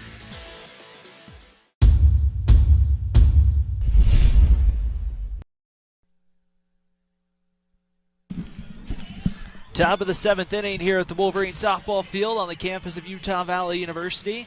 A 6-6 tie between Seattle U and Utah Valley. Ryan Pickens and Josh Kalunke here. We go to the 7th, Josh. What's the key here for Seattle U? Well, Seattle U, obviously the key here is going to be this first at-bat, and they're going to try to obviously get this runner on base. Getting a runner on base early is the huge key. Sylvan bunts coming from third. Sandoval charges, makes the throw, not in time. And Seattle U has the leadoff hitter on here in the 7th. That was a very kind of bang play at first. And a nice attempt by Sienna Sandoval, but just not able to get right there. Charisse Sylvan right there. Yeah, Sylvan really moves down that line, and you saw that there. But just Sandoval did everything she possibly could to make that play, and now Seattle cooking with gas, so to speak. Strike 1 to Madison Cathcart. 1 for 3 on the afternoon for Cathcart. Well, and with this lineup, you're not sure what they'll do, whether they'll try to bunt or what they'll do, because Cathcart just hits one to the warning track. Tagging from first to second and sliding in there is Sylvan. A nice heads up there to get 60 feet. Sylvan, I guess in that situation, when the ball's hit the left like that, it's up in the air. You either think it's going to go out of the ballpark or it's going to be caught at the warning track. With her speed, just a smart move to tagged up. You take an absolute perfect strike from Robledo out there and left to get her going to second base, and the gamble pays off. Bailey Thompson takes ball one ball and no strikes. I mean, I guess the only negative with that is the fact that now you leave first base open. However, behind Thompson, you have a good hitter in Carly Nance, so it really isn't a negative for Seattle U. And Thompson gets hit. No, she thought she got hit, but they're going to keep her in the batter's box. I think that might be a good call. I'm going to watch that on replay here. Yeah, she did not try to move. She didn't try to do anything. And with those elbow pads, it gives you an awful lot of courage, doesn't it? Because you just stand there, you take it off that nice pad that you have on that elbow. And so Thompson made no effort to get out of the way. So 2 balls and no strikes will be the count on Thompson as she'll stand back in the box right here. Right here she stands in. And they'll still call that a ball, so they count 2-0. Thompson swings through it right there for a strike, and it's 2-1. Good pitch by Devin Kretz, who you've got to think right now is really bearing down mentally. And she's a competitor with a lot of moxie, is Devin Kretz. 100 and about, I think this will be pitch number 118 right here. It looks like that left arm where Thompson was hit is bothering her a little bit.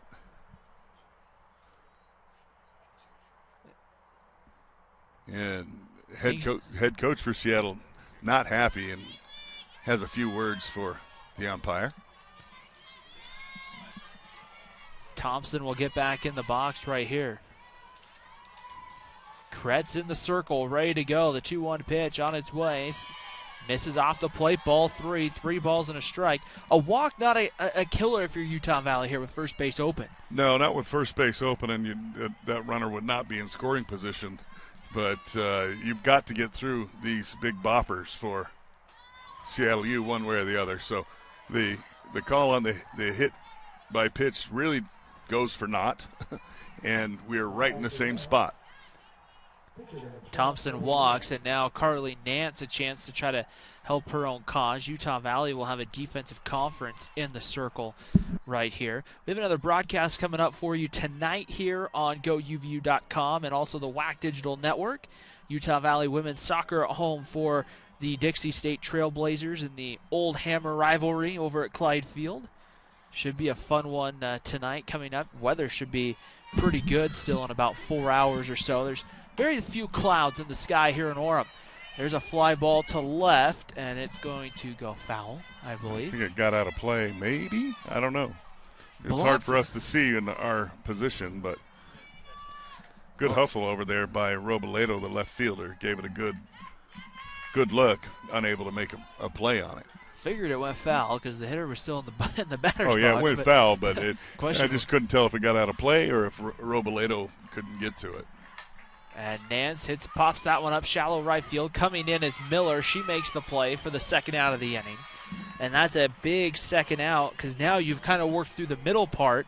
Stephanie Merwin will be the hitter. She's 1 for 3 on the 1 for 2 with a walk here for Seattle U. Well, you can't really breathe when you get through this lineup here because Merwin's still a 300 hitter coming up. And with, 2 home runs, some RBIs, she's not it's certainly not like you're getting to a weak point, so to speak.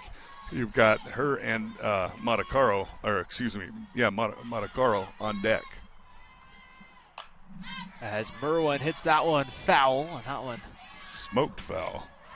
Will hit off the fence around the tennis courts just down the left field line. But Merwin down to the count, no balls and 2 strikes. Kretz comes home, the pitch off the plate for a ball. 1 ball and 2 strikes. You have to wonder the pitch count wise how if we go into extra innings, how many pitches Devin Kretz has left in her. Pitch, that one misses off the plate for a ball. 2 balls and 2 strikes. Kretz right now, this will be pitch number, I believe, 126. And that's after going the full game. With 120 pitches yesterday. Yes. Merwin fouls that one back. Well, and then, today being a little warmer as well, it's you start to get a little bit of mental fatigue is the number one thing you worry about with this. Here's the 2-2 pitch. Merwin fouls it back. I'll do it again here.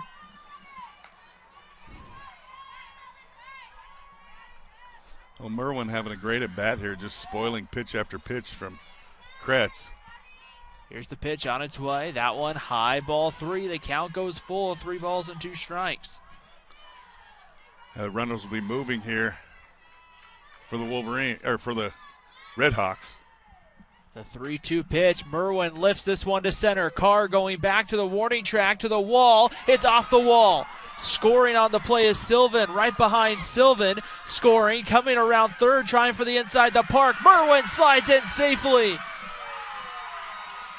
And Seattle U capitalizes in the top of the 7th inning. Sylvan scoring. And then Bailey Thompson scoring from first. And coming all the way around was Stephanie Merwin, who I don't believe there was any errors or anything there. No. I believe that was just an inside the park home run. Well, that ball just kept carrying. I didn't think it had enough to even, I thought it was going to be a warning track fly ball, but the wind, as we mentioned a bit ago, has completely died down. And so it just kept carrying, and I think it caught Carr in center field a little bit off guard. She kept going back, and she got to the wall, and it was just at the top of the wall, bounced off the wall. She did a nice job of retrieving it as quickly as she could, but made a nice throw, just the speed of Merwin.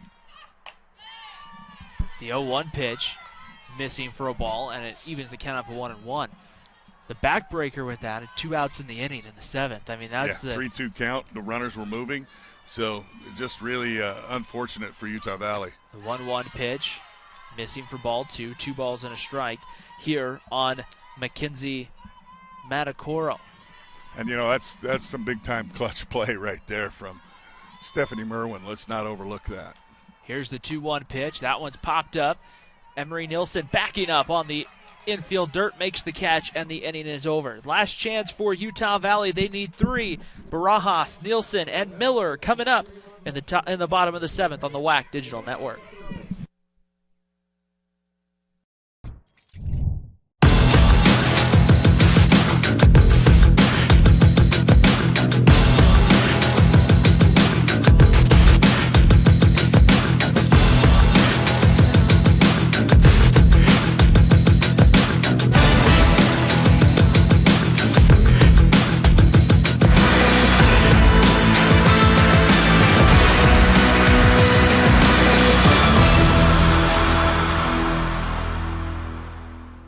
At UCCU, we do mortgages fast. Seriously fast. Just use your phone or computer to fill out UCCU's super easy mortgage application. You'll receive an instant pre-approval before you start shopping. Your completed mortgage file will be underwritten by UCCU's very own in-house professionals. Like us. Seriously fast. Buying or refinancing a home has never been this easy. Seriously fast and super easy. It's what I do. It's what I do. It's what we do. Introducing the new KSL Sports app, powered by KSLSports.com, Utah's only all-in local sports app, connecting you with all the action you love. Free. Download the free KSL Sports app today from your favorite app store.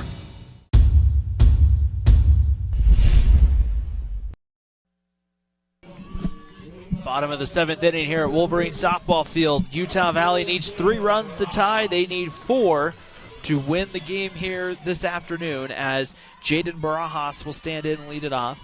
She's 0 for 1 with a fly out to right, swings the first pitch. Ground ball hit right to third, and Matriotti throws her out for the first out of the inning. Well, Barajas right there, a little overeager, comes to the plate, swings at the first pitch. Many times when you're in a three-run hole, what you kind of want to do is maybe even take a pitch until you get a strike. Make the pitcher work a little bit and see if you can work your way on base any way you possibly can, because right now the Wolverines, the number one thing they need is base runners. Emery Nielsen stands in, shows bunt, pulls it back, and takes strike one. Nielsen 1 for 3, a base hit back in the second to go along with a pair of groundouts, 1 to third and 1 back to the pitcher.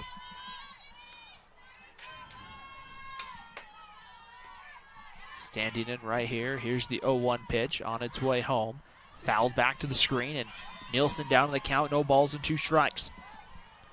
You can get a couple of base runners on. You can extend the inning when you get into the middle part of your lineup that has some of the pop in your lineup.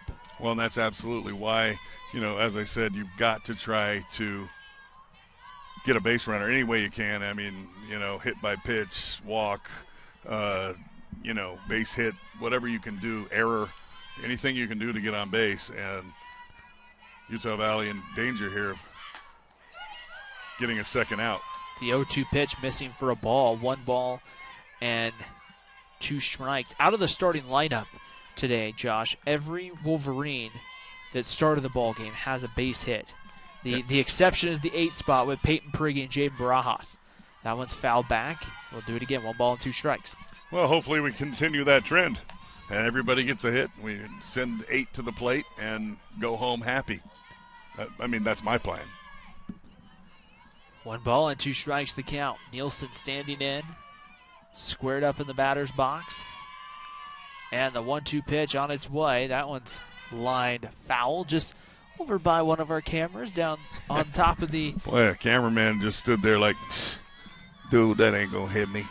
Got to give him. He thought he was so cool. Got to give him some credit there. But zero flinch. Zero flinch. His first standard has to be to protect the camera, right? You'd think, but I doubt it. 1 ball and 2 strikes to count. The pitch on its way. Nielsen swings and misses, strike 3.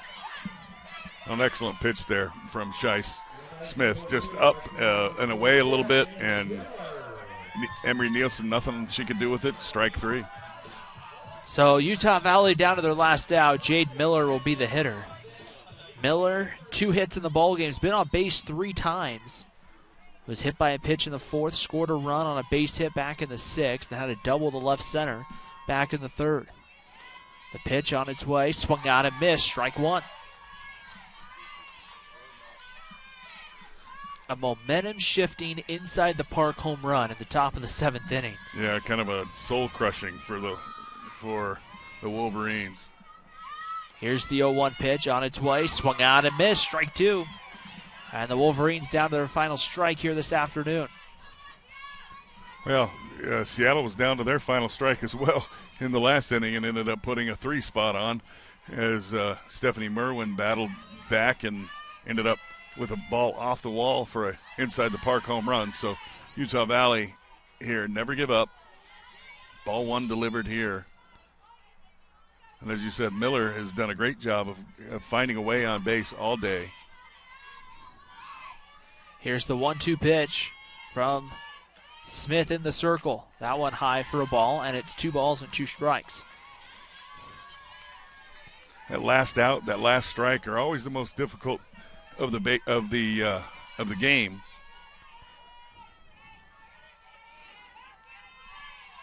Ready to go right here. The 2-2 pitch. Fouled back. We'll do it again. 2 balls and 2 strikes here on Jade Miller. Miller 2 for 4 in game 2 yesterday. And then don't think played in game 1 for the Wolverines. Here's the 2-2 pitch. On its way home. Fouled back again. And again, we'll do it again. And the home plate umpire has to go get another softball. In fact, he's going to say, no, I don't want just 1. Give me 3. There you go. He's anticipating some more at-bats. I like his style. 2 balls and 2 strikes. I'll throw 1 into play right here. So he's anticipating a Wolverine rally, as are we.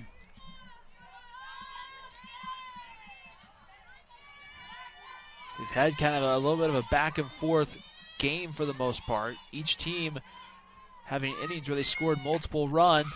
Miller lines this one to left center field. Coming over is Vigiano, and she makes the catch in left center, and that will end the ball game. Seattle U takes it 9-6. here this afternoon from Wolverine softball field. Well, Utah Valley did a great job today. They put up 13 hits. Seattle just had a little bit too much in the clutch department and came up with 2-out hits all day long, and that was the detriment of Utah Valley. And really, when you break it down, like Utah Valley, they end up leaving 10 runners on base throughout the day with 13 hits, leaving 10 on base. That's going to be a backbreaker for any team. For the most part, though, it was that a couple of big plays and those two out RBIs. You go back to the first, the two out home run from Bailey Thompson. Just really too many of those kind of small things tonight or this afternoon just kind of added up in the against the Wolverines. Well, two out home runs account for 5 of the runs of the 9 runs put up by the Redhawks. So at some point you have to tip your hat to your opponent. You have to say great plays by our opponents, and the Wolverines lose today 9-6, but after a valiant effort. After a good effort here this afternoon. Just waiting here to see. Devin Kretz is going to take the loss today. She moves to 9-9. Looking just to kind of see here really quick. Right here to see one thing here really quick. The win today is going to go to Smith. She improves to 1-2 on the year. Only gave up 1 hit, walked 2, and struck out 1. With the win, Seattle U improves on the year to 17-16, 4-2 in the WAC. Utah Valley falls to 15-19, 3-6 overall in the WAC here today. Really a relatively quick ball game play, 2 hours and 19 minutes, and this one going to the Seattle University Redhawks. For my partner Josh Kalunke, I'm Ryan Pickens saying so long from Wolverine softball field. A 9-6 final. Seattle U beats Utah Valley.